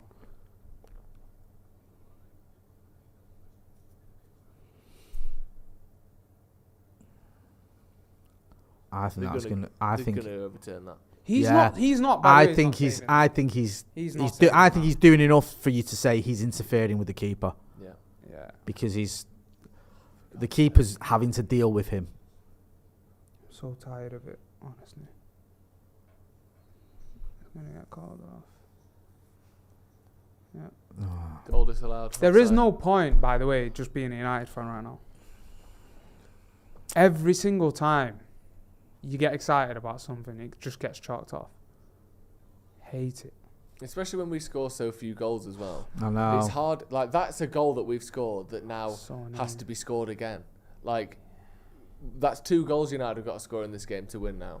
And we already never score. Like, it's a massive uphill Kevin, battle. who's been a member of the first team for 38 months, says, can't even play football anymore. Bloody hell. Do you think that's harsh? What, for this game? That being disallowed? Oh, that. It's fair. I think if that's the other way It's just around, I'm annoying saying because he's Sit- interfering with the keeper. Yeah, He it is. is interfering with the keeper's offside. But it's just annoying that, again, consistency. Wake up, McTominay. And that- Jesus and that- wept. and that's why he doesn't get the ball in midfield. I cannot wait to see Amrabat. What is up with him? Great cross, though, by the way, from Reguilon from that corner. Interesting. I did not know he can take corners. Maybe we should have got him over Tellers a few years ago. Yeah. At that time. Regular. Reguilon. Should have got you over Tellers. He didn't do anything we for wanted us. Reguilon, didn't we? But Yeah, but the they No, didn't. They that's what want a I'm saying, permanent 'cause deal. The rumours was- were United didn't want to include a buyback clause. Yeah. They weren't for willing Real to do Madrid. it, and Tottenham were supposedly. So Yeah, That's a yeah. foul. That's what I heard anyway. Because I remember it was between him and Tellers. Yeah. Tellers was. But then again, The only good thing about Tellers was it gave Luke Shaw a Luke kick Shaw, up the backside I was going to say that that exactly. he needs every season. Luke Shaw's going to become immune to the kicks up the arse eventually, isn't it? He's just You going to become reckon? totally numb to it. Yeah, it's a I've proper never- boy it's- who it's- cried it's wolf crazy with Luke Shaw how- eventually. Every summer, there's a signing or a player that comes through the academy whose sole purpose in the team is to motivate Luke Shaw. Mm-hmm. Whether it's Brandon Williams, whether it's Alex Tellers, whether it's Tyrone Malacia, like, it just, Yeah. that seems to be their point. Mm. What was that Reguilon ring? now. Is that your ringtone? That wasn't my ringtone. No, it was. Is that Lauren's someone else's ringtone ring. now? I'm gonna Can you tell send us who that it was, Jake, 'cause ringtone, I'm Lauren? not a Because that grass, sounded ace. But it was someone's ringtone. Sounds better than like the one I use. What's the one you Did like the use? normal iPhone one. I'm not. Is that the same one? what? Oh, I just don't know what the iPhone ringtone is. I The feel like the iPhone iPhone rings- ringtone Surely there's. scares- Oh right, is there a bog standard one? Yeah, I feel like it just scares the hell out of me. Right. Jay, I bet you were one of those blokes who used to have one of them that was like, it was pretending that someone was trapped in their phone as their ringtone, or like, your phone's ringing, you bastard. Like Yeah, one of them. yeah. I bet Love you all used to have that, mate. all that, didn't you? Yeah. Did you have one of People those? used to have music as Phone well. What's for the you, like Peter Cake. Phone for you, so funny. Casemiro, okay, Hey, it worked out in the end, but why Love did that. he just nick Love that all ball? that. I mean, he can't do it all on his own. Why didn't you just give that ball? Why didn't you just give that ball? Oh my god. Great ball. That'll do from that. Well Rashford. done, Marcus Rashford. To Højlund? No, Okay. he was never on that really. At least he has a pop there. You never know what happens in that No, moment. I think he's a bit ambitious, but I don't blame him for having a shot. Good Just don't ball think from it was there. really going to happen. Good pass from Rashford. Yeah, Everyone ignore it though. Just like the one. just didn't get his foot round it enough there. Just like the Højlund. one to Bruno and Hannibal. sure Twitter won't see that. No, but they'll no pick up the name. one that doesn't Sorry. go to someone. No Name says McT needs to be taken off and then have his contract cancelled, in my opinion. He is an extra man for the other team, FFS. That's quite a bold statement, isn't it? If you subbed him and cancelled his contract. That's Quite some harsh. WWE shit right there, isn't it? Yeah. That's something Vince McMahon Yeah, would we do. need that. Whoever loses the match gets their contract cancelled. That's Yeah. real WWE. We were talking stuff. about Tellez, by the way, earlier. To go back on that, I watched him last night. Yeah. I watched him play. He's weird though because Him against Mahrez. It's funny, isn't it? he played in the World Cup, didn't he, for Brazil? Brazil, yeah. I don't know how. Yeah, that subbing and cancelling the contract reminds me. Have you ever seen that? Wait to see what happens there. That Leighton Orient John Sitton rant where you can bring your dinner with you and all that, and you can pair up. He sacks one of his players at half time. I love that. He sacks him. He says, "You've got 2 weeks' notice because that performance won't be tolerated. Come and see me in the morning." Like, just sacks him because his performance is that bad. And he subbed him off, I'm guessing. I presume so. But he sacks him anyway. Imagine so. you Either way, sack he doesn't play for the club anymore. No, after but you know after what's that funny? first half performance. No, but It's that bad. It has to You be don't. in writing. So there's another 45 minutes till the game's over. But imagine sacking someone and then they. In fact, you know what? I don't even think he subs him. I don't think he does. That's what I'm saying. Yo, Yeah. that is so much worse, by the way. Yeah. So You've he got to sacks him, play. but he gives him 2 weeks' notice. He says, "You've got 2 weeks' notice. Come and see me in the morning because that performance won't be tolerated." So not only have you been sacked, you've got to go back out there and play 45 minutes, and then you've got another 2 weeks of this manager Can that he hates make you. them decisions though? Because doesn't he have to I don't know, speak to finance or something? I don't know. It was Or from a legal documentary team. called Leighton Orient Club for a Fiver, right? Which gives you the gist of what was going on at Leighton Orient at the time. It was an absolute shambles. And John Sitton was the manager because no one else wanted it, and he lost his marbles. It's like literally kicking off with players and telling him he was going to beat Imagine him up. getting sacked and you had to finish your shift. Yeah. Well, after he sat one of them, he threatened two of them. He said, "We'll have a sort out in here, like after the game," which is what you are if you're manager. Burnley having a dig here. Is that a corner? Do you think Fergie ever hit a player? Yeah. No, Like, I don't know. through a Cloughy chinned Keno, didn't Chinned him. he? Yeah. Or no, he might have punched him in the chest. I can't remember if he chinned him or punched him in the chest. But Keno said he deserved it. He gave a ball away at Crystal Palace and they scored. And he said he walked into the dressing room and said Clough just one-arrowed him. And what I love about this is, well, Keno was only about 19. I'll be honest. And Keno said, though, in his book, "I deserved it," and it taught me a lesson. If Eric Ten Hag done the same thing, our whole team will be bruised up. You can't do it nowadays. This is like the late 80s, early 90s where you But can get away with we that do thing. it so much in the team that someone would probably die from the amount of punches they hold. Well, Fergie used to he kicked that boot at Beckham, did he? But that was an accident, apparently. But he had a fondness for throwing cups of tea and throwing a tray of tea at people. Dangerous. That Yeah, is. and at It's the door. worst that because it gets everywhere. Yeah, Because I spilt a cup of tea down our stairwell at home. yeah. Still finding Ooh. brown spots on the ceiling. When you and say stuff for spilt it, did you throw it because United were losing? No. Hey. No. Or What's did the you- maddest did thing you- you've done when United have lost? Because I know mates that have Aye. done mad stuff like broken a TV and that. Like when the team's lost. No. Go Because I'm trying to think, what is the maddest thing I have done? I've done a few mad things back in the day.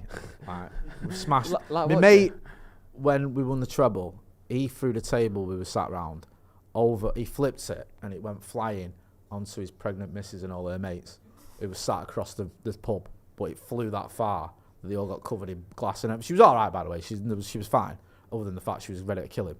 But yeah, there was that one, and there's been quite a few things where we've smashed things up and jumped out of windows and stuff when we're celebrating. Just craziness, you know. In our youthful days, you know how it is, Abdullah. And the bad thing for me is when I was young, when I was your age, I was on drugs, and B, we were winning all the time. So winning things. So you're out your head, and we keep winning. Do you know what I mean? It's like Life the doesn't worst get better than combo. that, does it? No, you're absolutely kiboshed, and we're winning Champions Leagues and trebles and all that. It was mint. Oh, Highland holds off his man. Is that yeah, it was Highland. Marcus Rashford here. Go on, Rashford. Skin him. Oh, that's awful. All right, he's done He's well. kept it. He's done It's all right regular. there. Oh. I like this when Highland's like really showing his game here today, where he's dropping in, holding his man, and just laying it off, I know. turning and running. Love that. Come on, boys. We need a goal before half time here. Great Did tackle enough from there. Casemiro. No, That's a poor effort. No. It just wasn't on. I don't know why he did that then. The ball wasn't even on there, like the shot. Go on, crowd him. One thing though, I'll say Casemiro's been better at the way he's winning the ball. Yeah. Playing in this pivot today. He just seems to be cleaner on the tackle. You look again though, it's Scott McTominay who's the deepest of the midfielders, and it's been the case a lot. Like you said, Abdul, it's definitely less of a free roam role for McTominay today. Yeah. He's sitting back, and actually it's Casemiro that seems to be pushing up more. Which I expect it to be with Amrabat as well. Yeah. It won't surprise me.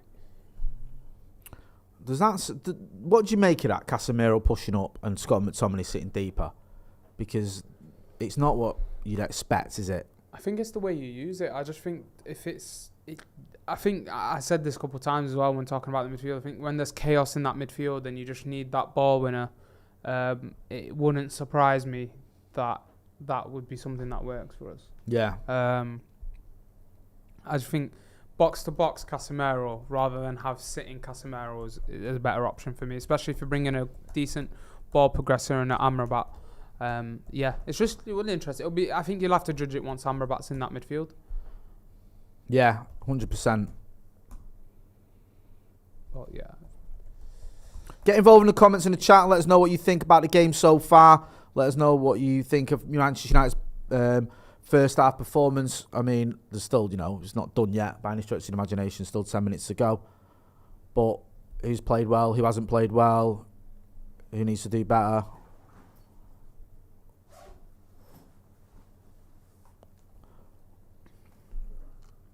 Jack In says, is Josie back in charge? Sathi Patel says, exactly. Horrible football. Jacob Higdon says, what's the hype around Rashford? We always hear this. Misho Radanoff says, is Rashford ever going to make a pass? I mean, that's just rubbish though, isn't it? Because Rashford's made many good passes. Most of the good passes we've played so far into the final third have been from Rashford. Didn't he set up Bruno earlier and then he played Hannibal on the inside? Yeah, he did. And then just played Højlund there where he held off his man and had a shot. Are some of you people just ill? Like your eyes don't work? Like say, okay, he should be more creative or cut it back in that moment or do this, but don't just straight up lie, because I'm not seeing anyone else make some of them passes. We have got a link, by the way, to the thing. Yeah, no, I'm sorry. Yeah, maybe put it on one of the other laptops or. That's what I'm doing. Right, sound. I think even with I've got it on mine as well. We need a better outlet for Højlund as well in terms of creativity, because even if I don't think Rashford is the pure creator. And he's not like an insane creator or anything. I think Bruno is that guy, and I'm yet to see any of our midfielders play Højlund, clean it, or cut it back to him. Someone here says, Sathi Patel says, Ragnick was right all along. This club needs open heart surgery. Ragnick said we needed sign 10 players or something like that. We've already done that since he left. And we're still miles away. Hannibal does really well there, by the way, winning the ball back. Oh, unlucky. He's been unlucky there. Jake Bennett, welcome to the Academy. Thanks for joining the membership, son. There's extra content on the members section. So we've got stuff like the fantasy football video we do every week. Me and Joe Smith going head to head on fantasy football. Joe, have you got any of these players in your fantasy football team? I've got Højlund in there. I don't think I've got any Burnley players, but I've got Højlund. Who have you got?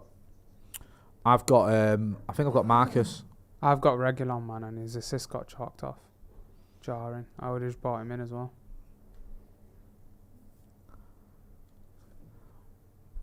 Typical, eh? That's better. Scott McTominay doing the splits to win the ball. I know. I mean, I don't care if he does something just to stop them getting forward. Why have you let that come inside? Oh, that's an awful clearance.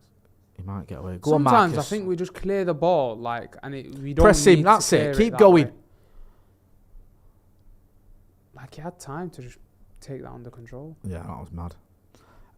Matthew Coward, who's been a member of the Academy for 33 months, says, how is it that none of our forwards make runs? Played Bruno. How is it that none of our... he's done that? Oh, my... How is it that none of our forwards make runs when we have possession? I think they do at the time, but I don't think they do it enough. What Bruno just done there, I don't understand. Højlund was literally running into the front post and Rashford into the back, and he pulled it back to Hannibal, who wasn't there anymore. Mate, that was a great chance as well, man. He'd done so well to win it as well with the press. And then he went and done that. Right. Johnny Evans has been all right. Yeah, don't want to jinx him, but he's done all right so far, Johnny Evans. Reese says, not looked like scoring from open play since 15. Is that 2015? Loads of people laying in at Scott McTominay. Jake Bennett says, Scott McTominay, absolute liability. Scott Montgomery says, is McTominay an urban legend in Jotland? Heard he's like a professional footballer for them. Jacob Higdon says, Rashford just shrugs and throws his hand up, zero creativity. Dan C says, I don't know what happened to my team. Ace Nog 123 says, McTominay looks scared of the ball man. And Theory says, I have more coordination playing with my boys. Is that a euphemism? I don't know if that's a euphemism for his balls or his actual children. Or his mates. I think or his mates, sorry. Ross Murphy says, we keep wasting these good attacks. Do you know what's mad? Like, I'll just keep seeing the same comment again. But do you know, like, with Jesus Christ. With the way the football... Oh, my days. Do you know what? Hannibal Medbury, Hannibal. take a bow, son. He's showing his midfielders how to do it. Oh, he's messed that up. Oh, that ball wasn't great, though, after I Street. said that. I jinxed him. But, like, you know when a narrative is repeated on and on and on, even if it's not 100% correct, and, like, people do too much, it's that is definitely the Rashford thing. Because as much as you can criticise him in certain situations, this game, he's literally played Bruno in for a clear shot and then played Hannibal on the right. It's mad, and I see it so much on Twitter. It's like, where's the onus for the midfielders? Like, I don't get it. Like, what's the midfielders doing if they don't track their men and stop teams from scoring, and if they're not creating? Yep, exactly. Gio says, this team is giving me blood farts with stress. Jesus Christ, I've never had that before from watching football. I might have to see a doctor, to be honest with you. I've had bolognese with garlic bread, but I've never had blood farts with stress. Yeah. Sounds like an old medieval breakfast. Wasn't Blood Farts with Stress, wasn't that the name of your band in school? No, that was the name of our first studio album. Oh, your first album, sorry, I always get mixed up. Yeah, Blood Farts with Stress. Yeah, the first, the band was called From Worksop with Love. From Worksop with Love, because you are the Marquess of Worksop, which has already been established, and it's not a hamlet, it's a big town. J-Lans Van Girach, which is a fantastic name, says Burnley to score first, but United to equalise late on. Okay. Andy Williams says sacking the manga, or the manager even. Sebastian El Fassi says, had Jadon Sancho been on the pitch, Manchester United would be 2-0 up. Is that a joke? It's the old whoever's not playing is the difference. And if Garnacho's on, he will always cut it back to Haaland guys as well. And if Fred was still here, he'd this, and if this, and if that. And if De Gea was still playing. If De Gea was still playing, lads, we'd be 5-0 up now. Yeah. Because he'd have scored. Absolutely. Yeah. If De Gea was in, we won't be throwing the ball into our own goal like Brentford, West Ham, and Sevilla, and all of that. So. Yeah, it's whoever's not playing is the key. Yeah. Vinay Navneet says United will play good football when Jay and Joe switch hairstyles. Well, unfortunately, I'm incapable of growing hair like Joe, so we're never going to play good football. What? You could just cut Joe's hair off and just stick it on my head. Glue it on. Yeah. Or what you could do, I was thinking this before. Wig. You look pretty decent. Do you know the Wilson Palacios? Is it Wilson Palacios? Hugo Rodallega? No, I'm not with Palacios. Are you talking? What's his name? Something like Palacio. Do you remember the little rat the tail guy with the who used to play in Italy? Yeah. Oh, that was Argentinian. Horrible. That was so bad. Google though, Palacio. Not Palacios, who played in the Premier League. No, Google you've got the wrong Palacio. guy. That's the Avram Glazer, mate. No. The rat, just the single piece that's like braided down the back, because you can grow it down the back, can't you, Jay? Yeah. Which one of the Glazers has that style, by the way? Not that I know what you're talking about now. Which it's mad, isn't it? I think it's Darcy. Darcy. No, not the. What? I mean, she has it probably. I don't even seen her, but. All right. Oh, sorry. It's No, remember when like the guy chased him on Sky? It's Could you do that, Jay? Yeah, I could do that. I'll tell you what. If United win the league, I'll do it. Just that little string piece at the back. Lovely that. Looks the business. Remember? I could do that. No one would ever know. Remember when Ashley Young was bald? and then decided to go to Inter Milan and just grow his hair. Yeah. But like, he used to, we all thought he was bald. But he chose to be bald, didn't he? Like, he knew. Imagine you woke up every morning. Still playing and doing well, and he just won today, didn't he, Everton? Mm-hmm. He got booked in the first minute as well. And that's why Dallo copied him, because that's his idol. Yeah. That's his goal.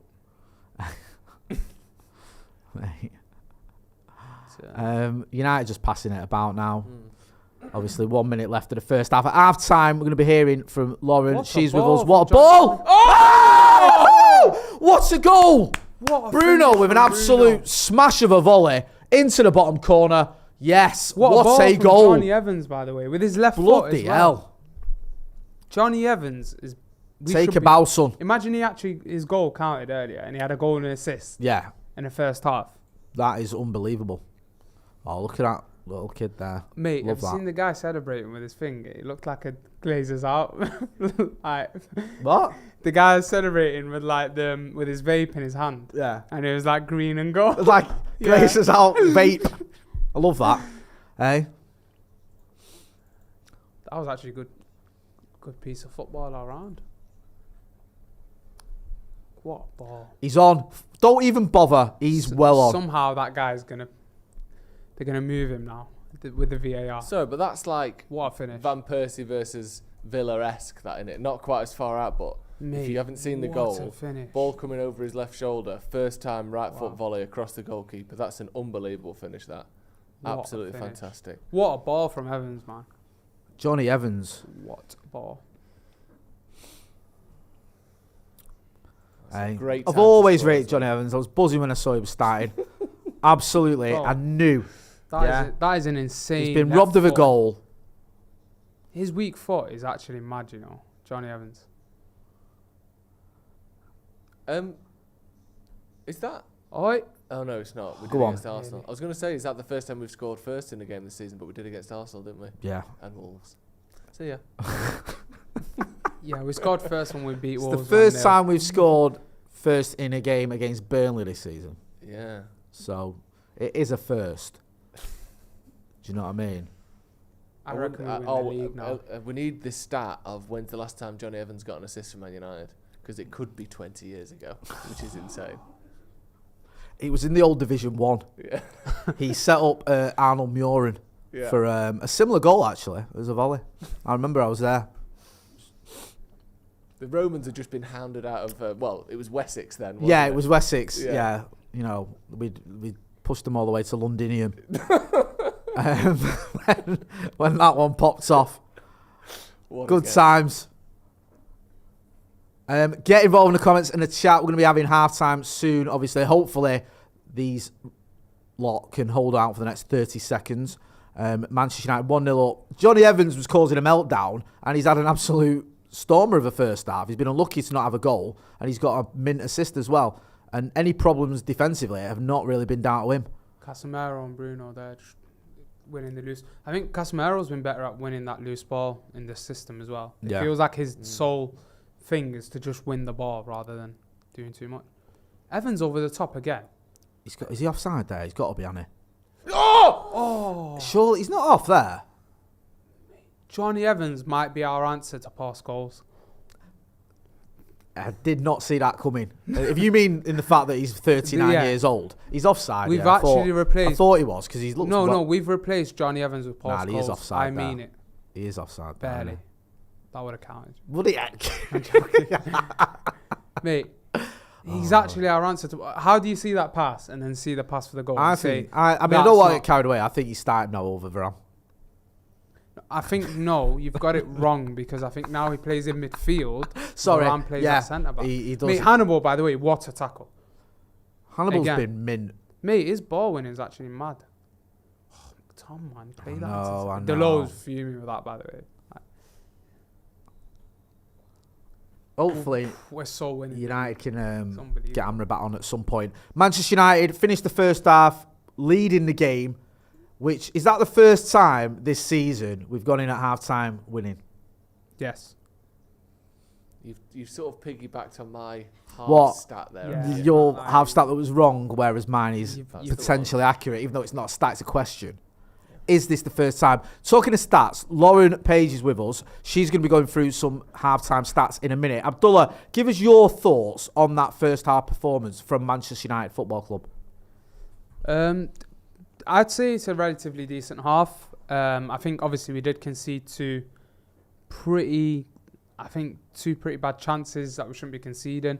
From Zeki Amdouni, the header, and then he hit the bar, obviously. But at the same time, I think on the other end of the pitch, I'm starting to see better patterns between the attackers, some decent passes into the box from Hannibal, and then his ball winning was great as well. Rashford set up Bruno earlier in the game. Great effort. Keeper saved it. I think Højlund's been a handful for the centre-backs. He keeps holding them off, bringing the ball down. That's helped Bruno, Rashford and Hannibal a lot as well. Yeah. Casemiro's job seems to be today just focusing on winning that loose ball and not really trying to sort of take control of the midfield, which is an issue when you're demanding that much of him. I think McTominay, you put in Amrabat instead of him and in the second half, and that's sort of the midfield I'd like to see. So yeah. Yeah, no, I agree. I think that there's been some decent signs for Manchester United as well. I think we all saw that team and we thought the worst. Mm-hmm. Johnny Evans, that midfield after Scott McTominay's performances against Brighton and Bayern Munich. But to be fair, Erik ten Hag, he seems to have got it right. We've maybe rode our luck a little bit, but you expect the home team to come at you, and they did at the inside of the post. But we've had a goal disallowed, and the most important thing is we've scored a goal. Lauren is here with some stats. How are you doing, Lauren? You okay? I'm all right. How are you? I'm good. What did you make of that first half? It's better than it has been in recent games. Yeah. Better football going forward. So I'm quite happy with it. We're going in winning, so there you go. It's a plus. What more can you ask for? Have you got some stats for us? I have. So you've been talking a lot about Rashford. And people saying he's not passing, he's greedy. Well, actually, he's made 8 out of 9 passes in the third, the opposition's half. I know third. That's Final the third even. No, I didn't help you out there, did I? No, you didn't. Third isn't half. You're like, help me here. Hey, It's not sorry. coming. So in the final third, he's made 8 out of 9 passes, Yeah. which is a decent return. It's the second highest. Oh, right, okay. So he's doing a bit better than maybe people are giving him credit for. Yeah, Brownhill's just above with 11 out of 11, So from a United point of view, yeah. Marcus Rashford, I mean, he had that chance early doors, didn't he, where maybe he could have played Højlund, I think. Yeah. But you can sort of, I'm always I like think first minute as well. That was definitely that one he should have definitely done better with. But then I think the one that he plays into Bruno was really good. That one into the box, and then there was one Højlund where I don't know how he pulls that shot off, but he does. So I think the passes into the area from our players have been. I think we've been a lot more penetrative in terms of like the midfielders and the attacking three behind Højlund seem to drop into nice areas and play it into the box. So that goes to your point as well, Abdul. Like we just heard there, obviously, that Rashford's played more balls in the final third than any United player, and we saw it. We were chatting before with looking at the stats, and he's made more chances than any other United player. Really? Like, it is just becoming this narrative that he's greedy, he doesn't pass it, he's no good in the final third. Like, it's just not true. And even today, I'm seeing people on social media, we're seeing it in the comments, people slagging him off. He's when's he going to get subbed? When's he going to do? Well, we wouldn't have created anything. I mean, obviously, the goal didn't come from his pass, but that sort of any chance of constant creativity throughout the game. I feel like he always has to. I think for him right now, to be honest, unless he does the perfect thing, then it's pretty sad for him, because if someone had come in instead of him, and I think anyone who will disagree with this in the comments that has that stance on that side with Rashford, if I say this now, if anyone comes in instead of him in that Brighton game and has the same performance he had against Brighton, everyone would have been asking for that player to start. Tell me with a straight face that you don't believe. Do you know what the weird thing was? People, if Garnacho had that game, they would have been saying the same thing. At the first half, I was because we've got Wi-Fi, haven't we, at Old Trafford now, which is more of a curse than a blessing, to be honest with you. It's just getting mithered. But when I went on Twitter, and it was like a lot of the journalists were saying Rashford has been causing Brighton loads of problems. Rashford's been phenomenal this half. Rashford causing, like, just getting past his man constantly. If the United are going to win it, it's going to be from Rashford. Rashford doing the business. And after the game, it was like I was seeing a lot of people saying that's the worst performance I've seen from anyone. And I thought, well, hang on a minute. In the first half, you're all praising him. I think both can't be true. You can say he had a bad second half and a good first half, but it can't be the worst performance you've ever seen if he had a good first half. He should be having more than that, obviously. What else have you got for us, Lauren? So we were talking about McTominay as well. Yes, he's been getting a lot of love. Looked quite panicked, but only above him on ball recoveries is Casemiro and Bruno. Oh, so he's only the third best midfielder in terms of ball recoveries in the United midfield. I actually thought he was going to be lower though, the way he's played. To be honest, hey, thought he was going to be lower. To be fair, that's okay. Well, that's what him and Casemiro are really, though, isn't it? They're like, again, that's what you're going to get from them two, is just like trying to recover the ball. Bruno's always putting a lot of energy about and doing that, but I think it's more on the ball that I have an issue with in terms of him carrying and taking the onus and controlling the game more. I think that's the issue with McTominay. Do you think it can work, this Casemiro and McTominay? Or do you think it's just a stopgap until Amrabat is fit, or Eriksen is back in the team, or Mason Mount perhaps even? I think it is a stopgap, to be honest. But I think you were saying before, Casemiro's got that more freedom with McTominay playing deeper. Casemiro looks a lot more confident this game than he has done in recent games, because he's got more of that freedom in that midfield, and Scott's just behind him, kind of just trying to recover the ball. Trying. Well, he has been. Well, he's done 4. He's recovered 4. Yeah, he's done it a few times there, to be fair to him. Doc Rock is in the chat and he says, Hannibal, he's been a member of the academy for 3 months as well. Thank you for your support. Hannibal is there to show his elders what running looks like. We are playing a lot less slowly. Like I said pre-match, we need to pick up the pace. Lauren, just in terms of changes, do you see any changes on the horizon? Do you think the manager, if you're Erik ten Hag, are you looking at changing anything? I'll get your thoughts on this as well in a minute, Joe. I mean, there are options on the bench. Amrabat, I think, being the obvious one. Or maybe you look at Garnacho at some point. Mm-hmm. What are your thoughts? Do you want to change it? Do you want to see any changes? Or do you think at the moment it's working?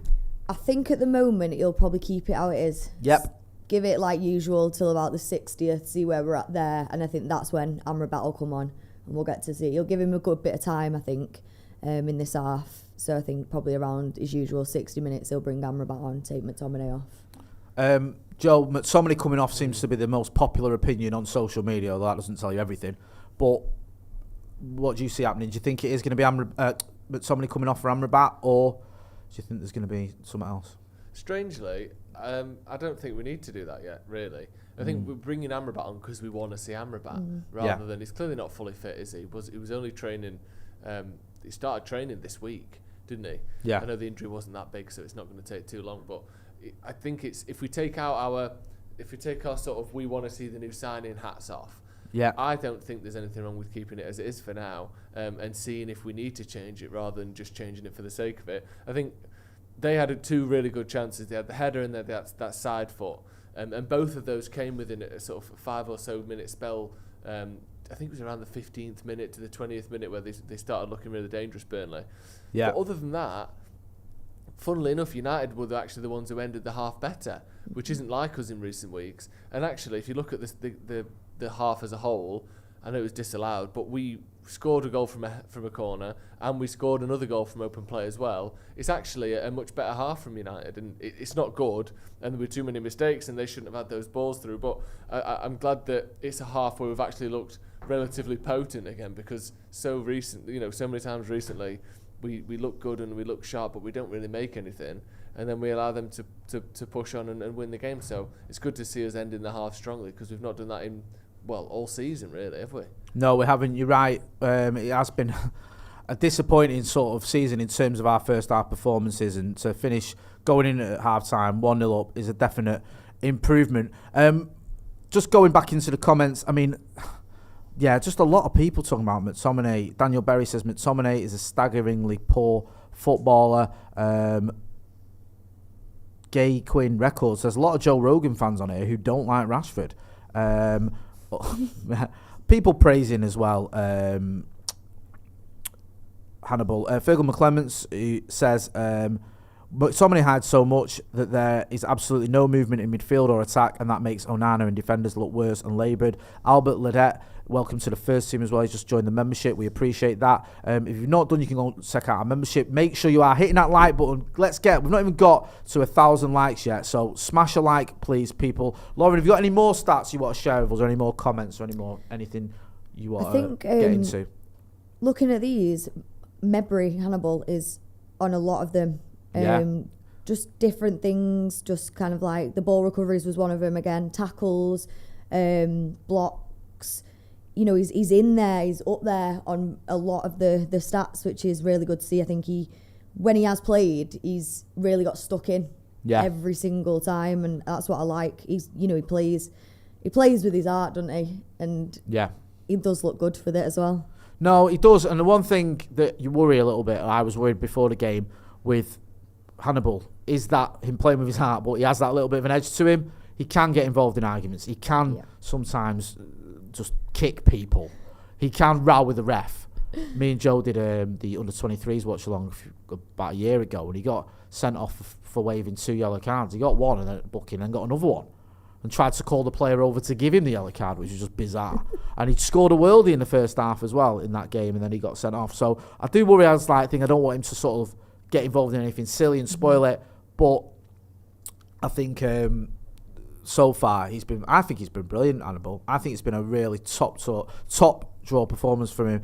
I think you look at the way he's got stuck in, some of the passes he's picked out, running with the ball. If I'm going to be slightly critical, there was one time where he grabbed the ball, he got regained possession, ran with it, and then played Bruno in. The ball wasn't great, so Bruno had difficulty getting to it. He's probably just overhit it. But other than that, I think he's been, from first minute, he's been a breath of fresh air. A few people saying about the scores are over the dashes on the Burnley United thing. That's affecting people's OCD.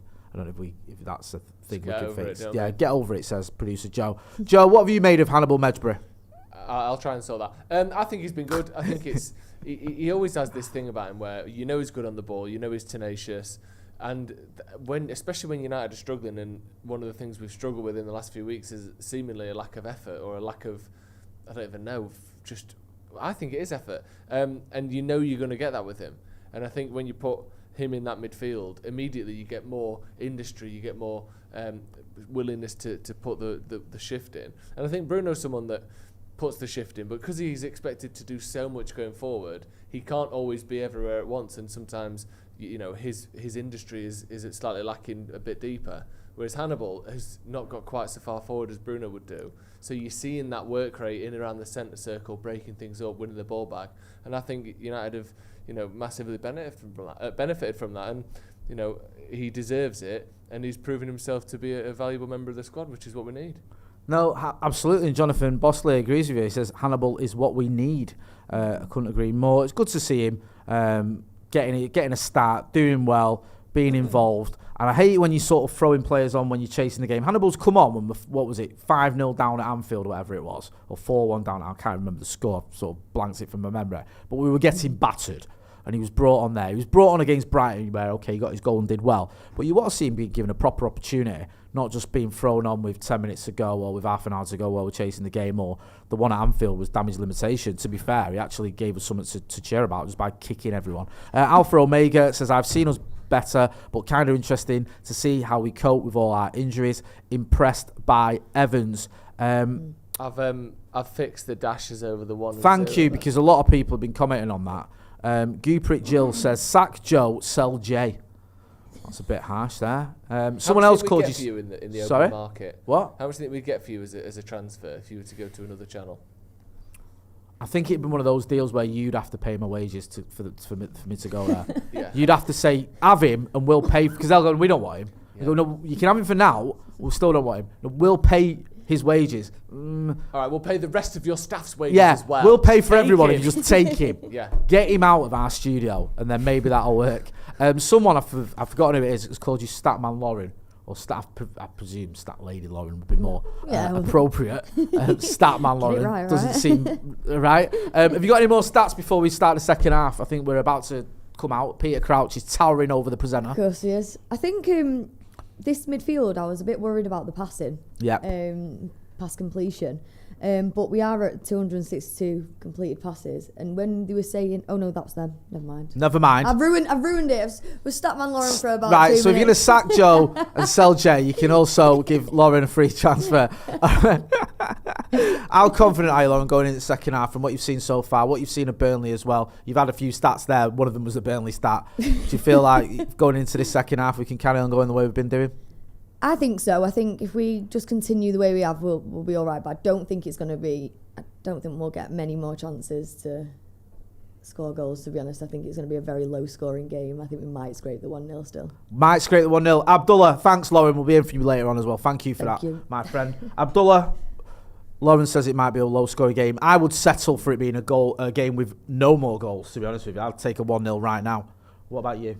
I'd take 3 points in any way they come, but right the way we've been playing. But I think Burnley might throw something at it a bit. So could that mean the game opens up a little bit more for us in a sense, in terms of like countering and stuff like that?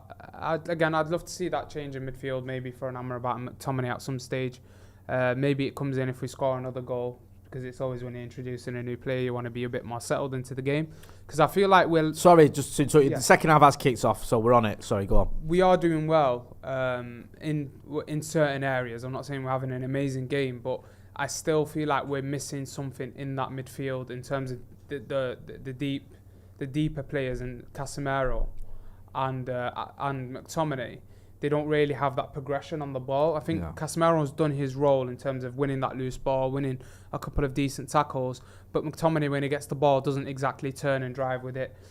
Even a matter of a couple of inches further up and passing it. It's always like it's quite all over the place when he gets on the ball. So yeah, that'll be something that we need to improve. Bruno is a lot closer to goal today, which I quite enjoy. I do as well. Paras, who's been a member of the Academy for 32 months. We are 1 minute into the second half, by the way, so if you sort of if you're watching the game and listening to us, you can see from our ticker there where we're up to. He says, lack of physicality has been noticeable this season, and it seems that teams don't feel afraid of us. Do we need these profiles to match the top teams? Possibly. There's been a debate going on about the dashes, Joe. See, some people wanted them brought back. This What's is what that? happens, isn't it? Yeah. Stockholm syndrome. Yeah. What's the dash? Homebrew Graphics says Dash Lives Matter was the killer. Lots of people saying bring back the dashes, justice for the dashes, all that sort of stuff. Yeah. Dashes were left behind the score. People was complaining about it, saying get rid of the dashes. Now there's been a counter revolution where they're saying bring back the dashes. Sort of a rebel alliance almost. It's like it's all happening. Make sure you are hitting that like button and also subscribe to the channel as well. Hail to the Greek says, or Hail to the Geek says, what's going on? Is Joe hidden in a cupboard? Come on, you Reds. He is hidden in a cupboard. It's where we keep him. They clearly don't watch Sloppy Joes. And he'll come out of that cupboard when he apologises for what he's done. Because that camera angle is a Sloppy Joe's podcast idea, which you need to copyright, Joe. Well, he doesn't need. You can't copyright an idea like that. You can copyright a camera angle. A camera angle. Yeah, I've copyrighted that, so no one else can use that camera angle. You can copyright what you want, mate. It looks like he's in jail more than he looks like he's in a cupboard. Why is Casemiro wearing gloves from the Megastore? Probably get some free. Probably made him pay for it. Times are hard. Do you know what I mean? Freebies. What? Defo made him pay for it. He definitely turned up to the Megastore and made him pay for it. And he went, I play for the team. And he went, no, mate. So you can have a 5% discount if you've got your team card. Speaking of, do you think company has to pay for that cap? Because obviously he has to get, presumably extended or enlarged or whatever. They put the extra meat into it, the extra material. That's a good point. Do you think he has tailored caps then? Of course he does. Definitely. I can't buy off the rack caps. I can't. You can't. So Alright, here's one for you. Which former City player did Vincent Kompany tell me I looked like when I interviewed him? He was a City player at the time, but he's now a former City player. Trevor Sinclair. Get out. No.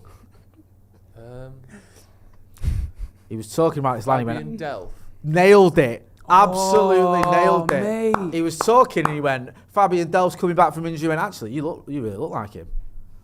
You play like, we're playing that game, are we? Hey? You look like Mega mind. a dickhead. Correct. Even though I hate him, and he's obviously won loads of stuff for City, he was actually all right. Harry says, smashed it, Lauren. Love heart emoji. Well done, Lauren. Stat person, Lauren. There at half time, giving us some stats. Diogo Dalot's done better since he's booking, hasn't he? I was worried about him. Yeah. He's been all right. Right, come on here now. Pick out a pass. Oh, that was a bit of a heavy touch. I don't know, Bruno as well there. That was not. Is that a corner? He's tried putting out for throwing a corner. Right, we'll take that then. Get Reguilon back on that, mate. That cross earlier was mad. Some people suggesting players I may have looked like. Ross Murphy says Sean Goater. Harsh. Very What's wrong harsh. with Sean Goater, mate? What's wrong with Sean Goater? Nothing particularly wrong with him. I don't look like him though. Looks great. Isn't there like a national holiday in Bermuda for Sean Goater? Like a national Sean Goater day? I wouldn't know, to be honest. Yeah, I think there is. Bermuda. What? Yes, because you have to be from Bermuda to know that. How did you know that? Hey.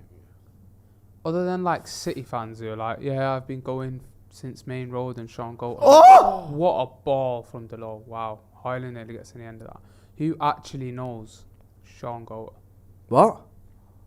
Like, as in, like, who actually cares about him? Not knows him, but. I don't know. He does Sky sometimes, doesn't he? He was there when Keno did his famous. Oh my God. They'll throw Ollie under the bus rant. Delors trying to kick it with his left foot further up, and it just hits Lindelof. Now Burnley Oh, are in. come on, that was too easy, that man. Jesus wept. Get a tackle in. Highland was so close to that. It was a great ball from Delors earlier, innit? Yeah, it was, to be fair. David Taylor says, stick a fake tash on Joe and he'd look like Zlatan. Well, you don't even need to stick a fake tash. He's got a beard. You can just shave off the rest of his beard and leave the tash on that he's grown. No, Zlatan's famously got 2 tashes. Yeah, he's got a beard and a tash on top of it. Whoever commented that is basically saying your tash is incapable of being like Zlatan's. Joe. Yeah. Disrespectful. He's got like the sort of... I think your tash is classmate, like strong. Yeah, it's strong. But Very I good. think Very that good. I Strong feel like beard they're and tash. disrespecting it, yeah. I have a shocking tash. No, yours is alright. It's alright. Let's have a look. It's very well groomed. Yeah, it is groomed. Yeah. What's your tash game like, Jay? Awful. Is it? My tash game has not improved since 3rd year at school. You know, in your school where you're trying to get served beer, so you grow like what you think is a tash and it just looks pathetic. I've got an awful Mine's beard. pretty much like that still. Got a horrific beard. Have you? Should Hoyland have done better there? It's one of them where it's coming at a bit of power though, isn't it? Yeah, Like maybe on it. Was that replay? I didn't see the replay then. Sorry, was it slowed down? You slow it down, it Sort of looks steps easier. over it. Yeah, but it was fizzed in, wasn't it, very quickly. Yeah, it Come on, Marcus, keep that in. Go on, son, keep going. Well done. That's all you needed to do.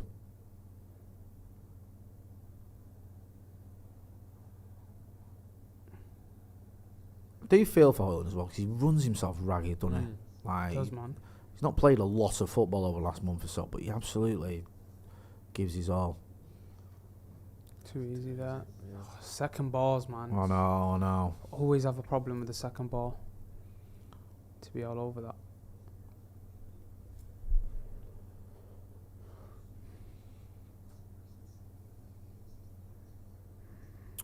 V says Johnny Evans is the only man who knows how to play against Burnley, apparently. Cade Holmes says Joe looks like the lad from Adventures of Pete and Pete, all grown up. I don't know what that is. Pete and Pete. Don't know what that is. Adam Booth says that the low cross megged Rasmus, lol. Did it? Did it actually meg him? He went through his legs, yeah. That's how good Diogo Dalot is. Yeah. Get involved in the comments of the chat. Let us know what you think about the game so far. Obviously, United in the second half winning 1-0. Let's hope it stays like that. Hit the like button as well. That was poor from Casemiro. I don't know what he was doing. Scott. Somebody messing about. What's this guy trying to do, man? It's brainless, that. Why is he trying to turn there? Right. Of all Of all the times you want to turn with the ball, you do it then. I know. Why does Bruno love clearing it like that as well? He loves that clearance, Bruno. All Scott should be doing there is keep it simple. Just keep things simple there. Bring me Sofyan, man. You know what I mean? I know, I feel from a little bit there. So the percentage there in this second half is Burnley have had 73% and we've had 27. So at least it's adding up to 100 this time. I mean... What does everyone think of Hannibal so far? What's everyone saying? They're loving him. They're I've absolutely loving Hannibal I've enjoyed it Medford. so well. Great tackle from Delo there.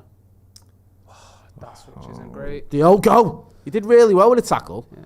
And then just did a 30-yard pass straight to Burnley player. Nice. Is that Casemiro again? How we've got a foul there, I will never know. I don't think there was any foul there. He's done that a few times this game, Casemiro. With I that thought tackle, I thought Casemiro tackled him and fell over. Wait, is that someone else's foul? What's going on? I think that's a foul. He kicks Casemiro's leg after the ball's been played away. To be fair. It's like 50-50 and then he Who's follows getting through with booked? his second leg. Who's getting booked there, though? It looked like Regulon was getting booked. Of course you would have him in my FPL. Gets an assist chalked off. Mate, if you don't shut up about you and your FPL, Mate, I'm you sick were of saying it. that when Evans scored. Mate, You jinxed us. fuming. Exactly. It's just Hey. it's too good to be true. Are I you one of them should've that known cheers it. when Ireland scores against us because you've got him in your FPL? Mate, come on. Are you like, yes, he's got a hat I'm quite shameless, but I'm not that shameless. Because I mean, who even celebrates Haaland scoring for FPL? Because everyone has him and they haven't captain. It's just a cheat code, isn't it? It's like not even a cheat code. It's like everyone's got 10 other players. Like it's almost like he doesn't count because everyone's got him. He misses so many chances. I By know, the he way, does, it's doesn't actually mad. As great as he is, like earlier, I've seen him miss some mad chance. Oh, the other day, Regulon got books, I think, for waving a card. Oh, He waved an imaginary card. Right, okay, fine. Who else gets booked for that nowadays? Everyone does that. it's a rule, innit? But it's a rule that's not acted upon. Rule, Do you know what I mean? See it happen all the time and it just gets left alone. Casemiro over the top to Hannibal. McTominay, man. How have you not won that? Like, yo, this guy, man. I don't know. I need to stay calm. Can't be asked. It makes me so angry there. Like, how have you not made that yours? He turns it into a 50-50 when he really should just win that challenge. It's our ball. I know. It's our ball. That's our ball. No, is it a corner? It's a corner. Nicholas Sure, Walker that's said, not could bad. Joe try to recreate Nicolas Cage's American accent from Con Air? The country deserves it. I've never seen Connor. You've never seen Con Air? It's a It's our classic. I ball. went to school with a lad called Connor. Did That's you? him. Yeah. If they score off this, by the way, it's an absolute joke. It is. It's a disgrace. Clearly our ball, that. Close him down. Oh, I nearly got it. Come on, boys. Tighter there. Just...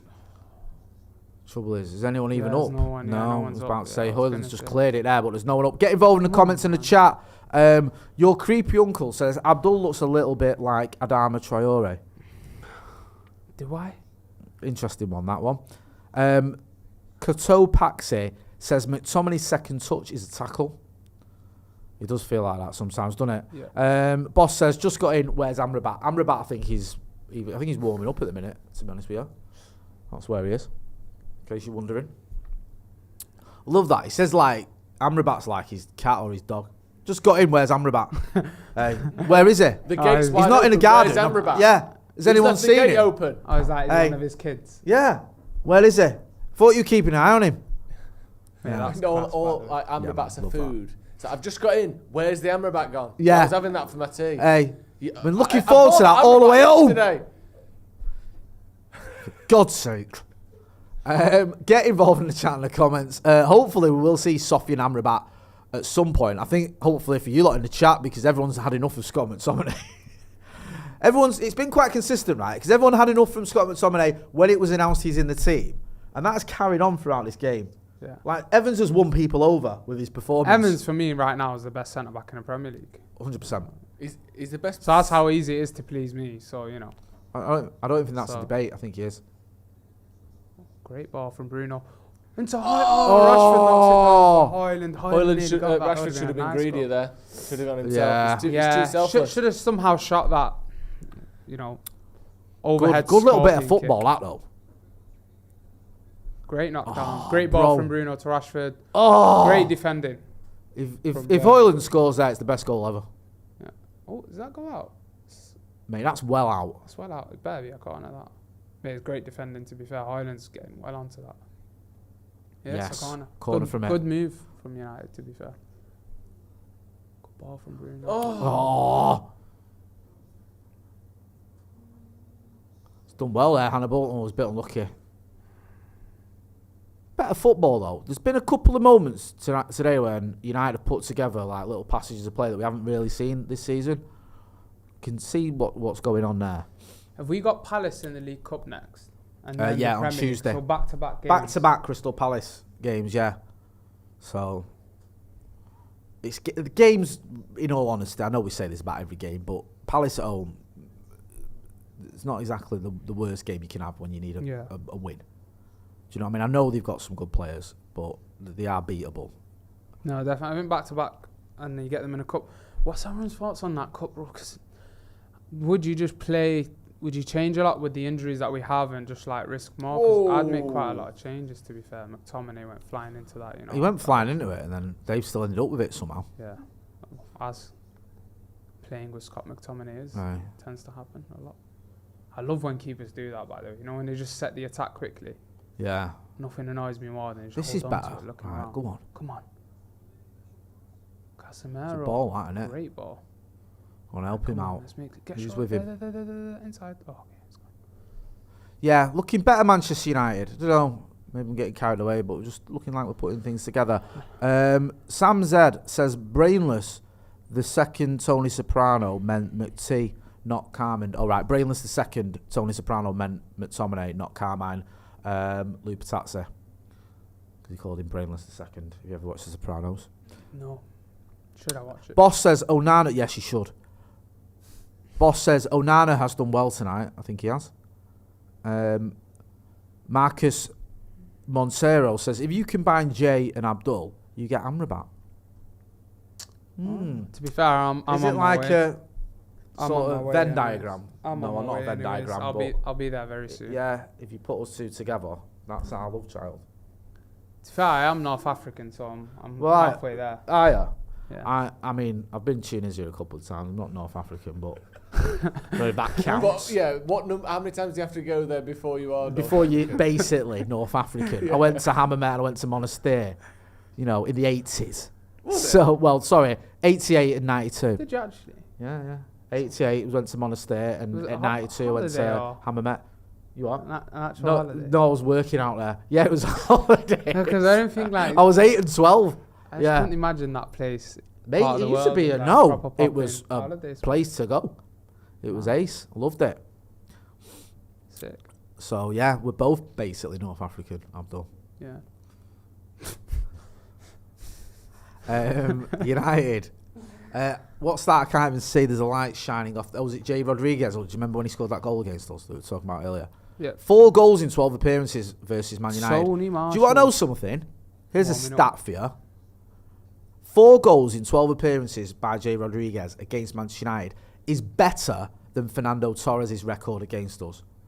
Fernando Torres' record against us is 3 goals in 15 games, yet everyone acts as though Fernando Torres used to cause Vidic dramas. That's constantly. only because when Liverpool actually That one game ended where up they beat doing us where we were anything good. decent Yeah, against us, they just and Vidic got sent off. Yeah. Highland. So it's just one of the biggest myths in football. Jay Rodriguez What has a a better ball. record. Oh, he's put it off as well. Samba Soccer!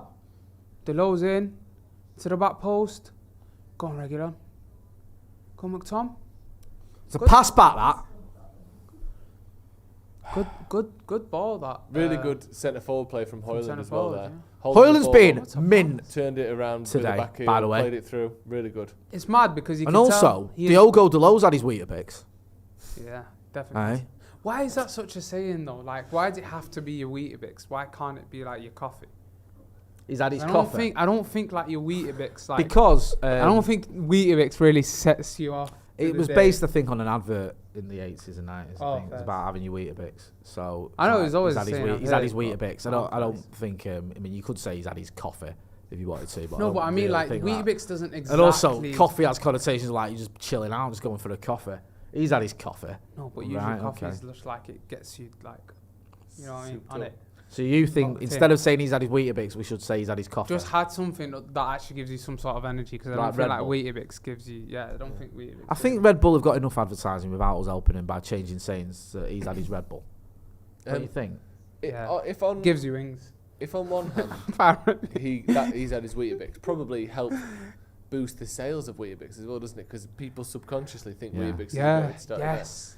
And in contrast to that, how damaging to the sale of shredded wheat do you think the old adage "never eat shredded wheat" to remember North East South West? How damaging do you think that was? Great point. For shredded wheat as a whole, it could have cost $1 million. Do you know what the weird thing is as well? I've never ate shredded wheat because of that. Yeah. Subconsciously, everyone in Britain knows the phrase "never eat shredded wheat." I didn't even realise it was for North East South West. I just thought it was a saying. You know what? It took me ages before. I caught one of my kids eating shredded wheat and I knocked the bowl off the table. What are you doing? Are you crazy? Do you not remember the saying "never eat shredded wheat"? Oh my God! Gonna have to take you to hospital now. Yeah. Marcus Rashford on the edge. Oh no! That's so annoying. To be fair, it's good defending. Yeah, Taylor's done well. I was going to say Hush Hyden just peeled off him there. Mate, there's an obsession with Amrabat in the chat. I get it. I'm quite keen to see him as well. Oh, he's good defending. He's good defending. He's just done the right thing, hasn't he? Stood him, got in front of him, slowed himself down and got rid of it. So it looks like Rashford's gone on to the right. Which is interesting. Yeah, so what we've got, Bruno on the left, Rashford on the right, Holland down the middle, of course. Can we get a foot in here? Can we take a foul? No. That should not be going. No, that was a bit too easy there.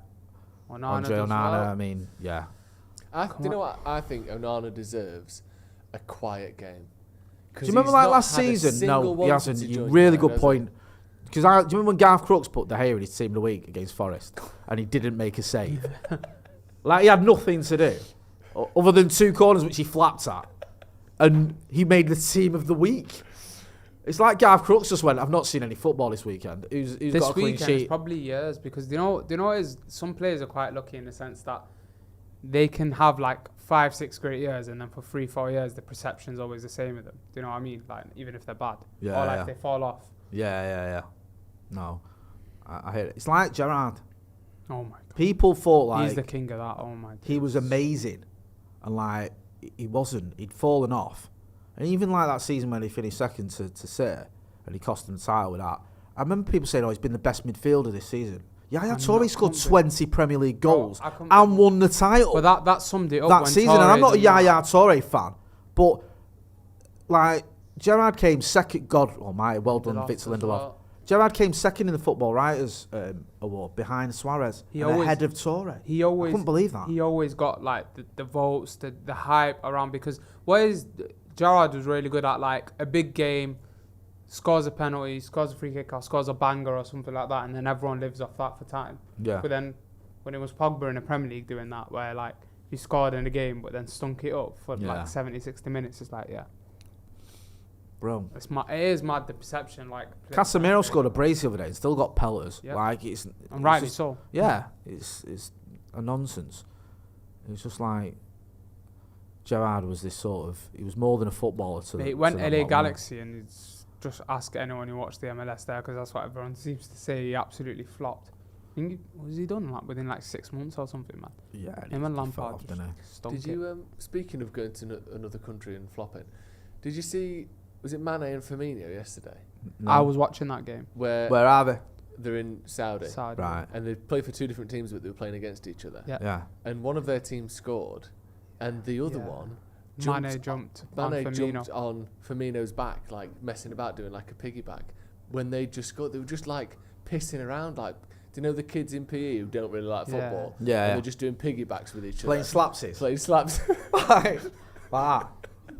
That's that was literally Mane and Firmino on 800 grand a week each, playing fucking playing conkers, like showing each other the Pokemon cards. Completed a left-footed Couldn't pass, be taking it less seriously if they tried. Oh, Bruno did brilliantly there, to be fair.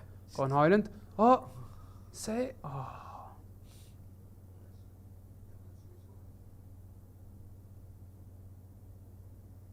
CTC says Marcus is back to his worst after last season. I think that's a bit harsh, to be honest with you. I don't think he's been that bad today. I think he's been all right. let us know what you think about everyone. Get involved in the chat and the comments. Rich Farmer says Casemiro asks the question: Casemiro benefiting from Medjbury energy? You know what I actually think he's benefiting from? Oh, he's done really well there, winning it. Go on. Rashford, hits it. Oh, Delo was on then, lad. What I think Casemiro's benefiting from is Scott McTominay's positioning. I don't think McTominay himself has had a good game, but it's allowed Casemiro to do a little bit more and not get caught out. Not Delo, sorry. So I think it was Casemiro's on. Sorry, yeah. I think McTominay's actually helped a little bit.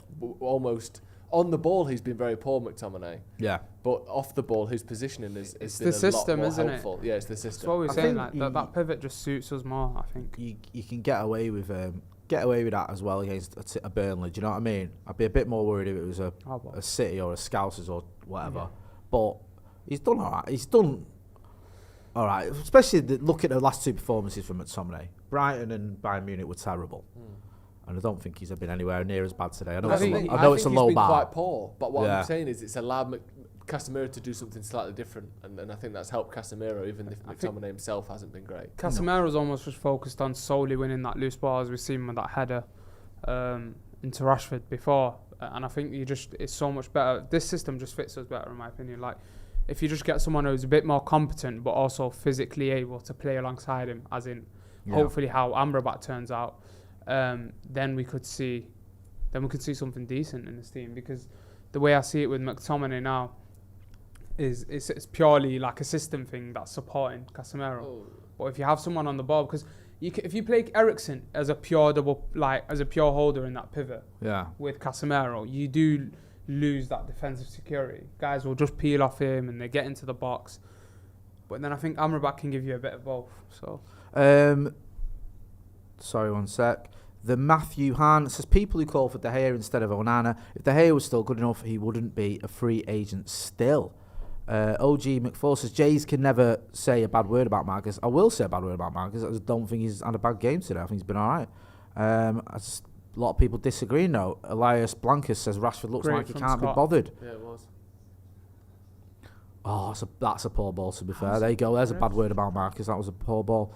Mayor Amateur says, where are the subs? Who would you bring on now? Martial seems to be like he's warming up a bit, isn't he? I think so. I wonder like how much Hoyland needs a rest as well, because he's ran himself into the ground. He hasn't played loads. I would be worried about like overplaying Hoyland at this stage, because like literally once he's injured, Casemiro does well winning it again. Once he's injured, like you are literally you're in like, mad trouble. So I think if you got to minimise it to like giving him 75, 80 minutes a game, then you're gonna have to do that. Fergal McClements in the super chat says, do you think the Sancho situation has affected Marcus? Doesn't seem himself this year. I don't know. Maybe. I don't know. Burnley going for a triple change here. Jade Rodriguez is coming on and some other people. So they're going to go for it. I'll try and just pick the bones out of these subs now. Just give me a sec. Martial looked alright against Bayern, to be fair. Really good on the ball. He did look alright against Bayern. He did, you're right, in his little cameo. He looked like he could actually turn again and run. It's so weird how he has that on and off. He had some agility again. He had a turning circle where he's been so stiff at the last few weeks or months. But why does that always seem to happen with him? Like, he'll go a few games where he just looks stiff, and then he'll go a few games where he looks light on his feet. It is so weird watching Martial sometimes, because like he'll just sell you dreams. You look at him, you're like, wow. Here's the subs.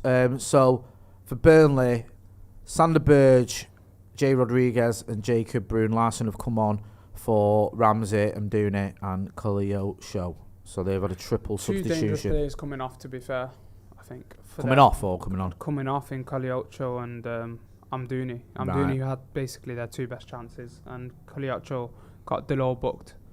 Both basically were pretty great against Forest when I was watching last game. But yeah, Man United, what change would you make now? Maybe Martial? Maybe, keep I don't know, I'm a bit wary of... I know everyone's dying to see Amrabat. I'm a bit wary of bringing on a midfielder into this. Yeah. His Premier League debut. Do you know when Casemiro came up, was it against Southampton or Leicester? Yeah. I just kept giving it away. But then everyone's like, what are you doing? Well, also he's winning the ball a few times for us. Oh, mate, come on. He was giving it away constantly. We were so dusted that game. Like, I remember and like, that's Casemiro. yeah. No disrespect to Amrabat, he's a lot better than Amrabat. I just don't know. It can go either way, can't it, when you bring on a midfield into a game like this. You need to be a lot more settled into the game, don't you? Yeah, if it was 2-0, definitely. Why have we changed the wingers? I don't understand. Like, why don't you just keep Bruno Rashford where they were? I think it does seem a bit of a strange one. No! Was that a foul? Close. Didn't look like it when first viewing.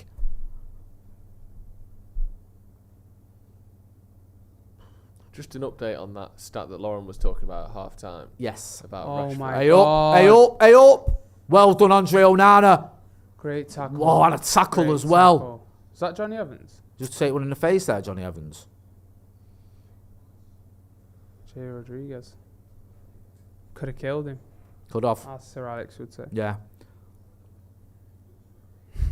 When was that? Was that? It was when Ashley Williams, Steve's new best mate, Swansea. booted the ball at Robin Van Persie's head. They could have killed him.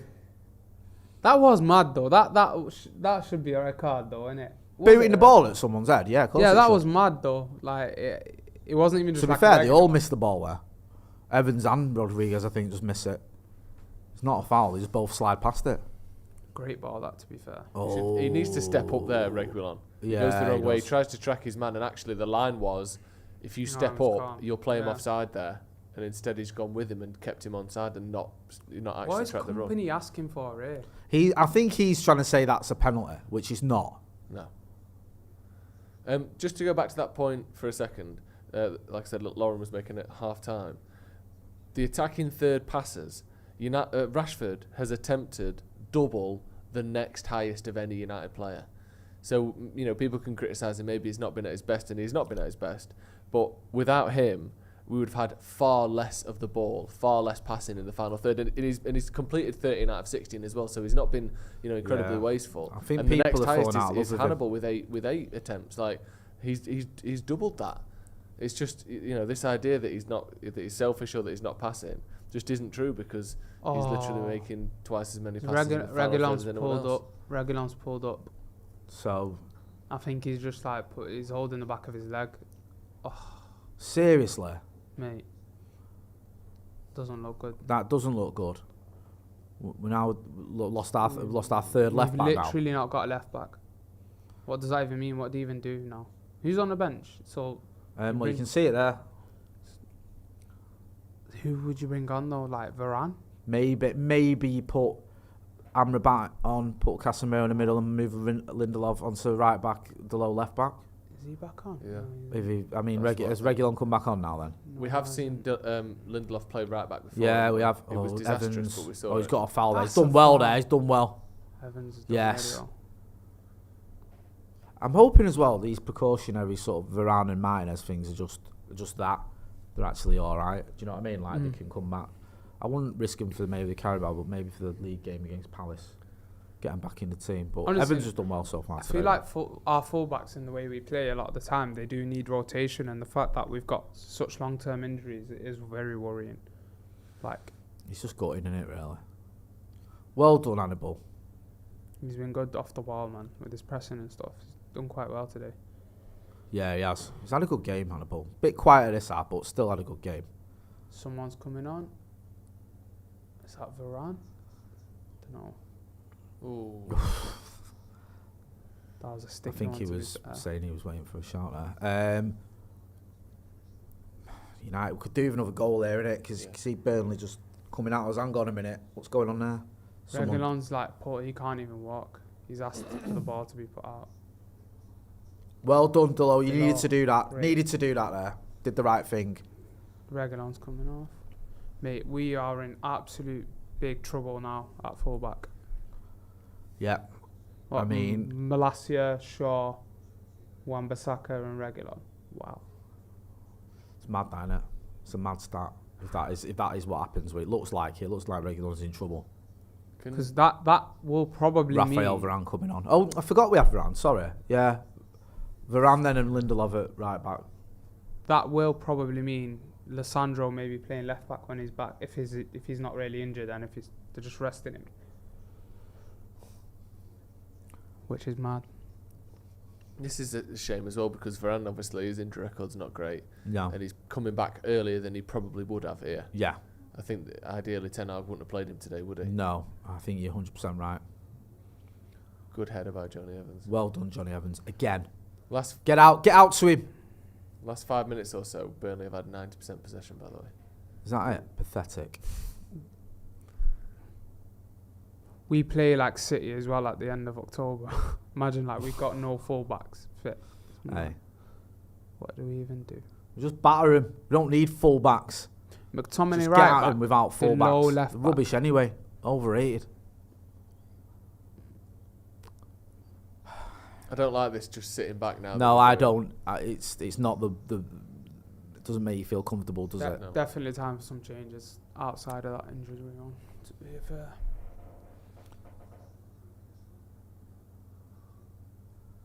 It's like the makeshift defence is now even more makeshift.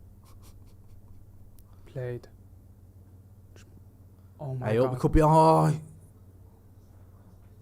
That's a bad ball ball from out from Højlund. Rasmus Højlund. And Bruno was clear on the right as well. Yeah. Should have gone to Bruno, or if you play that to Rashford, you got to play it in front of him. Too weak, the pass. Shut up, you dickhead! He's standing over him for.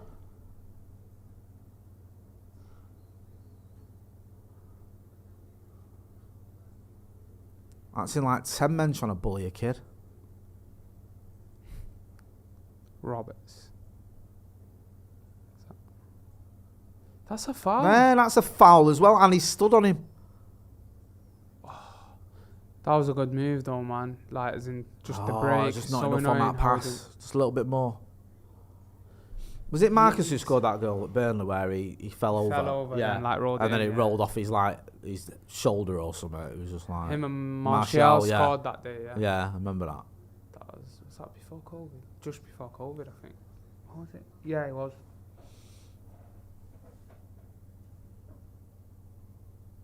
Yeah, because that was the game a few weeks after we lost 2-0 to them. Was it? Right. I think so. Right, okay. I think it might have been. Yeah, I've got the I'll tell you when it was, son.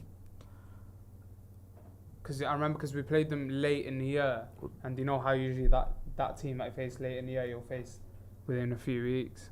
Yeah. I think we also No, that was that not? the one after that one was the one where Pogba scored. Was it? Yeah, after the 2-0. Oh. The next game we won 1-0. That Was one that with year the before? it was the one before. Oh, okay. Yeah, it was. It was Martial just before half time and Rashford at full time. Yeah, it actually makes sense because Bruno didn't play. Take that now, getting another goal. Bloody hell. Oh dear. I have liked though the fact, as much as again we didn't get anything out of that moment with Højlund, but it's just nice to just have that focal point that can turn and hold people off. Yeah. That pass earlier to Delo down the line as well, it wasn't like fluky how he bounced it up, because he knew the man was behind him, he had to lift it. So he's shown great centre forward play, to be fair. Yeah. It's nice to have. Oh, come on, Bruno.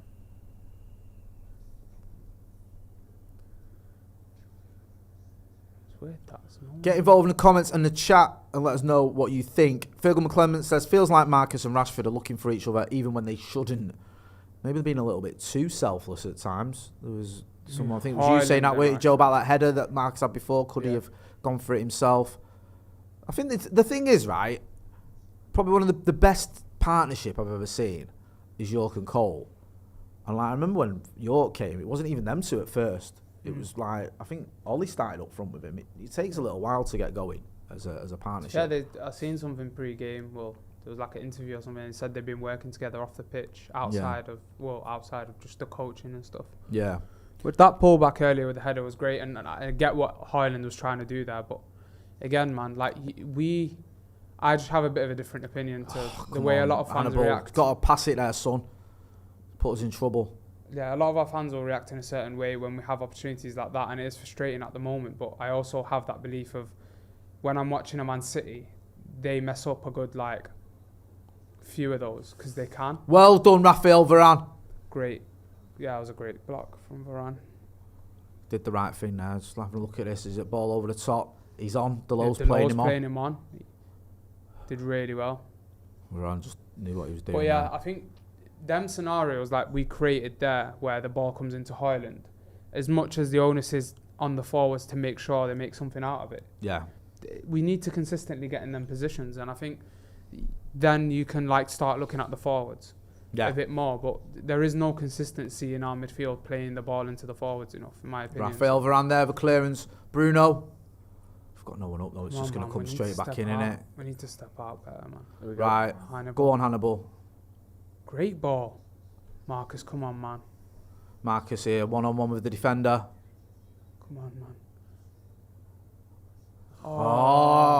Maybe should have gone for Casemiro Casemiro there, there. He was just trying to work an opening, but then Casemiro caught him up. What a ball from Hannibal, by the way. Oh, mate, that ball's Great ridiculous. Just lay Casemiro off there, man. I get he's trying to score, but just lay him off there. He's just not got his head up, He's has got he? to lay. Nah, he's got to lay Casemiro. Yeah, off you've there. got That's to a get your head goal. up there, son. Mate, that kit looks cold. Are you a fan? United with a corner. Yeah, it looks alright, actually. It's probably my favourite out of the away kits. Come on, man. Let's finish it off.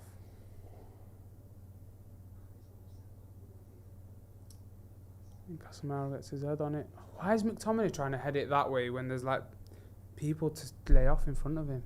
I think he's stuck his hand underneath it, didn't he? Great ball from Hannah. Right, just whip it in. These passes. Oh my days. Why? What are you doing? Oh, Oh, there. Did well there in the end. done all right to be fair. Mate, them last two passes from Hannibal, by the way, like them, one into Rashford and one into McTominay, were pretty sick, man. Yeah, they were. I Done was well, Hannibal. Shown a lot of I've seen he'd just gone a little bit quiet in this half, and then last 10 minutes he's come into it again. shown a lot of ball winning in that first half, and then sort of like you said, it was a bit quiet in the second because of the way we were playing, probably. But on the ball, there, I was quite impressed by that pass. Benson's coming on, I think. Brownell's gone off. Is it Benson? His name? I don't even know who he is. So, Burnley making another substitution. Is that 5 they've made now? Because they did the triple one. They did one in the first half and then that one, didn't they? Yeah. So they've proper gone for it. United, of course. Is it just Reguilon for Varane? Is that our only change? Yeah, sorry, it's there on the screen. So yeah. who's Lindelof's gone left back? Is that right? Yeah.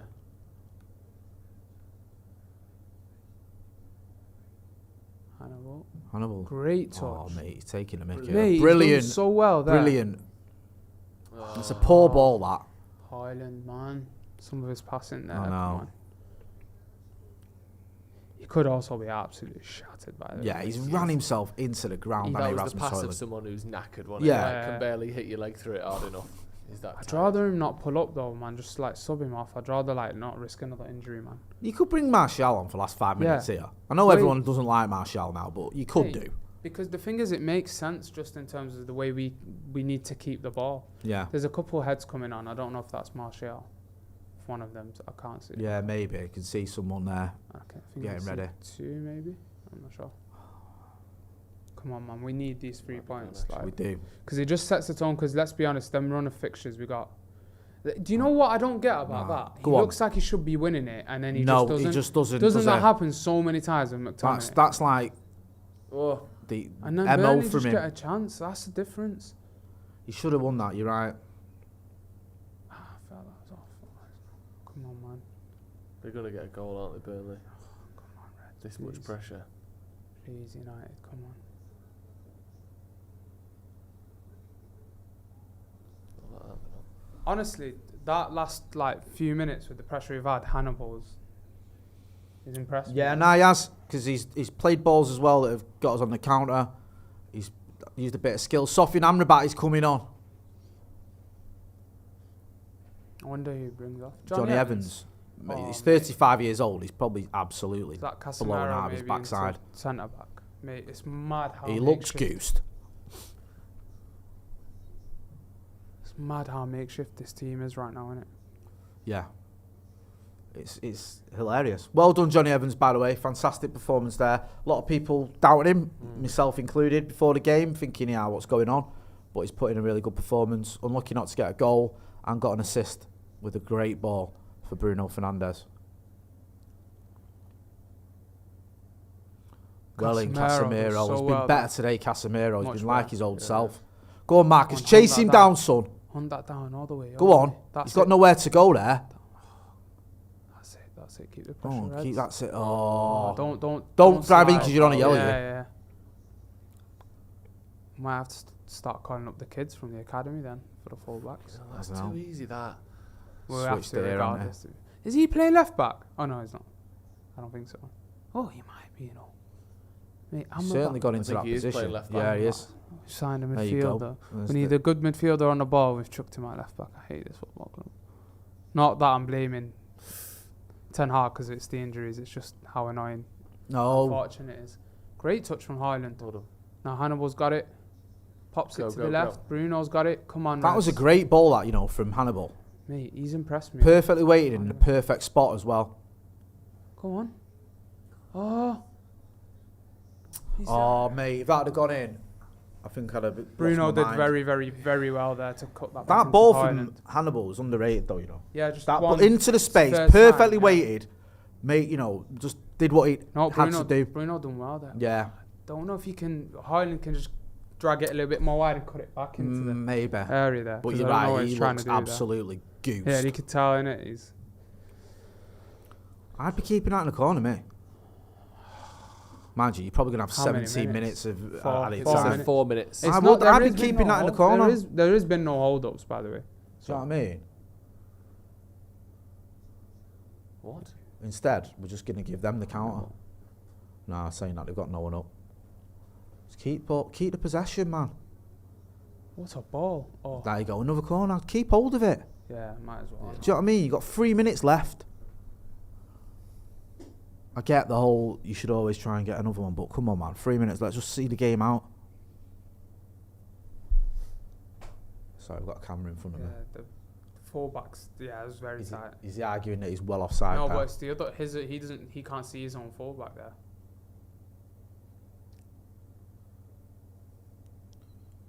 Oh, Oh, nearly.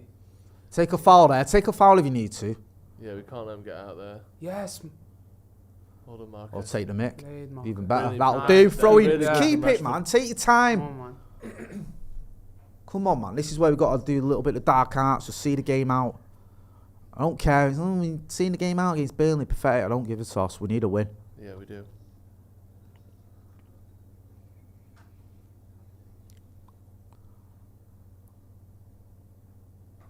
If we play next game with Amrabat at left back, I'm going to be fuming. It's like you waited all this time for Sofian, and he's going to be playing at left back. Oh, why has he played that so late and it's a poor ball? Who was it then? I missed that. Sorry. Bruno, man. Hannibal played. Hannibal again. Well done, Hannibal. Well played, man. Diogo, just keep it if you need to. Hannibal, who's there? Casemiro. Oh! What an effort. Who was that then? Bruno again. Bloody hell. Trying to go for goal of the season today. Hannibal's been Mate, min. Hannibal's been I class. think he's man of Sorry. the match, I can't lie. He has. He's been I think he's different man of the gravy. match. Like, absolutely love him. He's been getting better as the second half's gone on. Yeah. It's the Everyone looks underbo- knackered, and he looks like he's had his Weetabix. Or sorry, he's had his coffee. Is that his Red Bull? He's had his Red Bull. Yeah. See that? Even that there. Mate, Well up, wins that header, and wins Well a foul. done. Beautiful. Do you know what? defo man of the Hannibal match today. Medbury, the GOAT. Yeah? That's the thumbnail for the review. For the review, we'll be back with me and Joseph, I think, on the live review. This watch-along will take you straight to it. So if you stick around after the game, we'll be getting into it, and we'll give you our post-match analysis. But we'll hear from Abdullah before that happens, and we'll get Lauren back on to give us her thoughts as well. Big hoof up there from Andre Onana. Come on, guys. Oh, he's so probably much- hit it too hard. Mate, his work rate is actually Hannibal. class. Hannibal. He must be so annoying to play against. It's the 93rd minute. is. But they've made 5 subs as well. You got like players that have come on who are full of beans. You've just got him running around like he's just literally just come on. I'm just glad we got a midfielder that does things on the ball, man. Not just like energy for the sake of it. They don't. Yeah. Makes us look after a performance like this as well, it just gives you that nice extra like feeling that you got options in the middle. You don't have to just like run Eriksen into the ground. This is what I mean. It's like, Oh my God, go to him. It's so empty, man. Go to him. Come on, man. Please, just see this out. Scott McTominay, stay with you, man. No, that's Done 100% a so foul there. well. He's bought it, but it's still a foul. Oh, I thought I outstrengthened him now. Why are you giving that foul away? Playing a midfielder at left back is mad. I mean, that is Like a big midfielder that like is that as well. always going to be a foul there. There's no Can't be debate. playing Amrabat at left back, man. Come on. Feel for the kid because it's not like who's it? Oh, man, this I can't Trafford cope. guy is I scoring. can't cope. Can I not watch this? Am I allowed? Yeah, you don't have to. You don't have to. I don't watch penalties. This Trafford geezer scoring, or someone scoring an own goal for us, isn't it? Oh. Have a shot, Onana. Is that it? Yes. We've won. I wish he let that. We've won a game. That ref's cheeky, by the way. You should have let it carry on. Should've let it Onana carry could on. have shot Onana and scored was there. scoring Hey, do you know what I mean? Yes, Manchester United winning 2-0. This link is going to send you to the review, but before that, I'll get your thoughts on it, and I'm going to go into some of the comments, and you can swap with Lauren as well. We'll get Lauren's thoughts. So go on, just give us your thoughts on that. Yeah, I think just happy to get them 3 points over the line, like you said, at the end of that game. Bit concerning with what happened with Reguilon because we're quite short. Fullback, does that open up a chance for one of the academy guys to step in? But overall, just happy we got the 3 points. Felt like Højlund was a good focal point up front. Obviously, some passes that weren't the best towards the end, but it looked shattered. But it felt like we could play to someone. Bruno getting the goal was nice. I thought Hannibal was our man of the match, in my opinion. The first half, he showed great ball-winning ability in times where it felt like a bit of a mismatch, where because you don't feel like he's the biggest presence, but he won some great tackles, like really, really well-timed tackles. Second half, his passing towards the end of that game created like 3 opportunities in the build-up. And he had loads of energy. He seemed to just be able to have more gas in the tank. And Manchester United now have 9 points. It makes you feel a bit better from like where we were. And yeah, I think now there's a great opportunity with the games that we've got coming ahead. So a very important game to just get the 3 points, to just hopefully set the tone a bit for the next 3 games, man. Yeah, I agree. Tom Hartley in the super chat says Hannibal put some different gravy on his Weetabix this morning. James Swinbanks says Hannibal was excellent. Homebrew Graphics says decent. Adam Booth says Hannibal, Bruno or Evans, man of the match. Plus 15 says no goals from Højlund. Shut up. Hannibal deserves Sell the him. minutes. I know. Like, No goals, hey, we're up to 8th as well. I'm getting a nosebleed. Hey, we're joint points now with Villa. Max K says Evans was man of the match. Abdullah, thanks for joining us. Love chatting to you. We're going to get you on again soon. You're going to be on the channel a lot more. Do you want to swap with Lauren? We'll get Lauren on as well and get her reaction before you hear from me and Josie for the live review. So let's keep your chats coming. We'll have another 5 minutes on here. We'll chat to Lauren. We'll have another 5 minutes getting in your chats. And then me and Joe will do the review in a minute. Hannibal loving it, says Eco532. Chris H says, why can't Garnacho get time? I don't feel like it needed Alejandro Garnacho to come on today. I think we were managing the game well. We were controlling it. Yes, Burnley had a couple of chances. You'd expect the home team to have a couple of chances when they're chasing the game. But I don't feel like there was any reason or any need to bring on Garnacho. I do get it sometimes when you're trying to defend the lead. You bring on an attacking player like Garnacho to put the other team on the back foot, but I thought things were pretty good as they were. Obviously, we're forced to make a couple of changes. Johnny Evans and Bruno Fernandes are getting interviewed. We'll have some quotes from them in a minute. Lauren Page joins me. Lauren, Yes. how did you find that as a game of football? It was better, like I said before, than recent games. Yeah. It was a bit more enjoyable to watch. There was still some sticky points, but I think overall it was a much better performance than it has been. So I didn't feel as scared and nervous watching the game today, which is better. That's what you want, isn't it? Because it's the last few performances have been pretty scary. Who was your man of the match? Because there's a debate going on the chat and the comments, and please keep them coming. Should it be Rasmus Højlund, I think, has been suggested. Hannibal's been suggested. Johnny Evans has been suggested. Who for you was the best player on that pitch? Well, they've just put on there that it was Bruno. They've given it officially to Bruno. Yeah, but I would have. It's between Hannibal or Evans. Yeah. I kind of want to give it Evans. I do. Do everyone's you know why I'd been give it mean to him. Evans? Because he was getting so much grief that it feels like he deserves it just for the fact he had a good game, whilst everyone, myself included, was doubting his inclusion and thought this could be a disaster. But he was fantastic today, Johnny Evans. Bruno played well. Thought Casemiro played well. Looked like the Casemiro of old.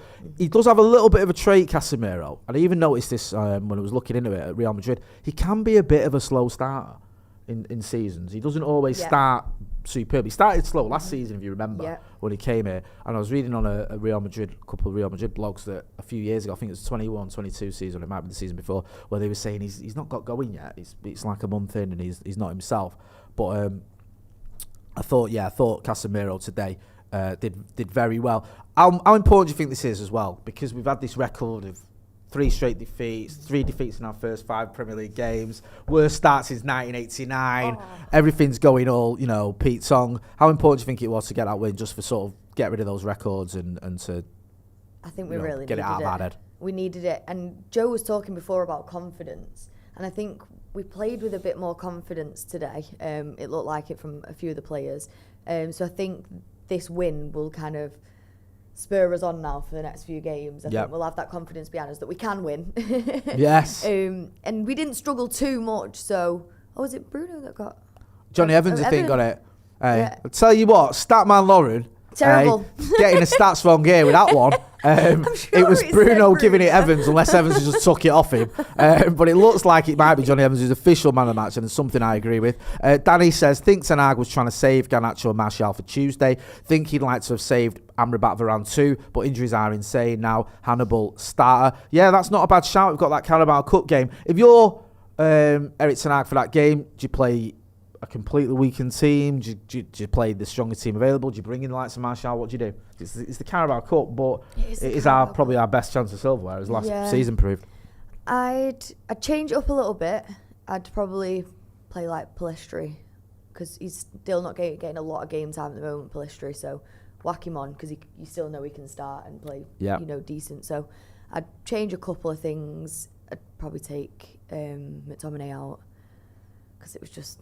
Although he did, as we said, help Casemiro with his freedom and able to play in that midfield, but he still had a quite poor performance today, didn't he? It's quite hard to watch. It was quite hard to watch, and it's weird because he was part of a winning team. He played the full game, and like you say, the midfield on the whole did well, but I thought he didn't really do a lot. Some of the way he said he did that well. I think he missed some of his chances, tackles. He missed time some of them. He got megged a couple of times. It was. Okay, I'm going to be kind. All the time. Yeah, I do. I think it was a lot better. Beth Jesus says Scott man of the match. I don't know about that one. Kim Chikraka says Reguilon doesn't have a good injury record either. Yeah, I hope he's not out for too long. Matthew Taylor says Hannibal played good today. I agree with that completely. I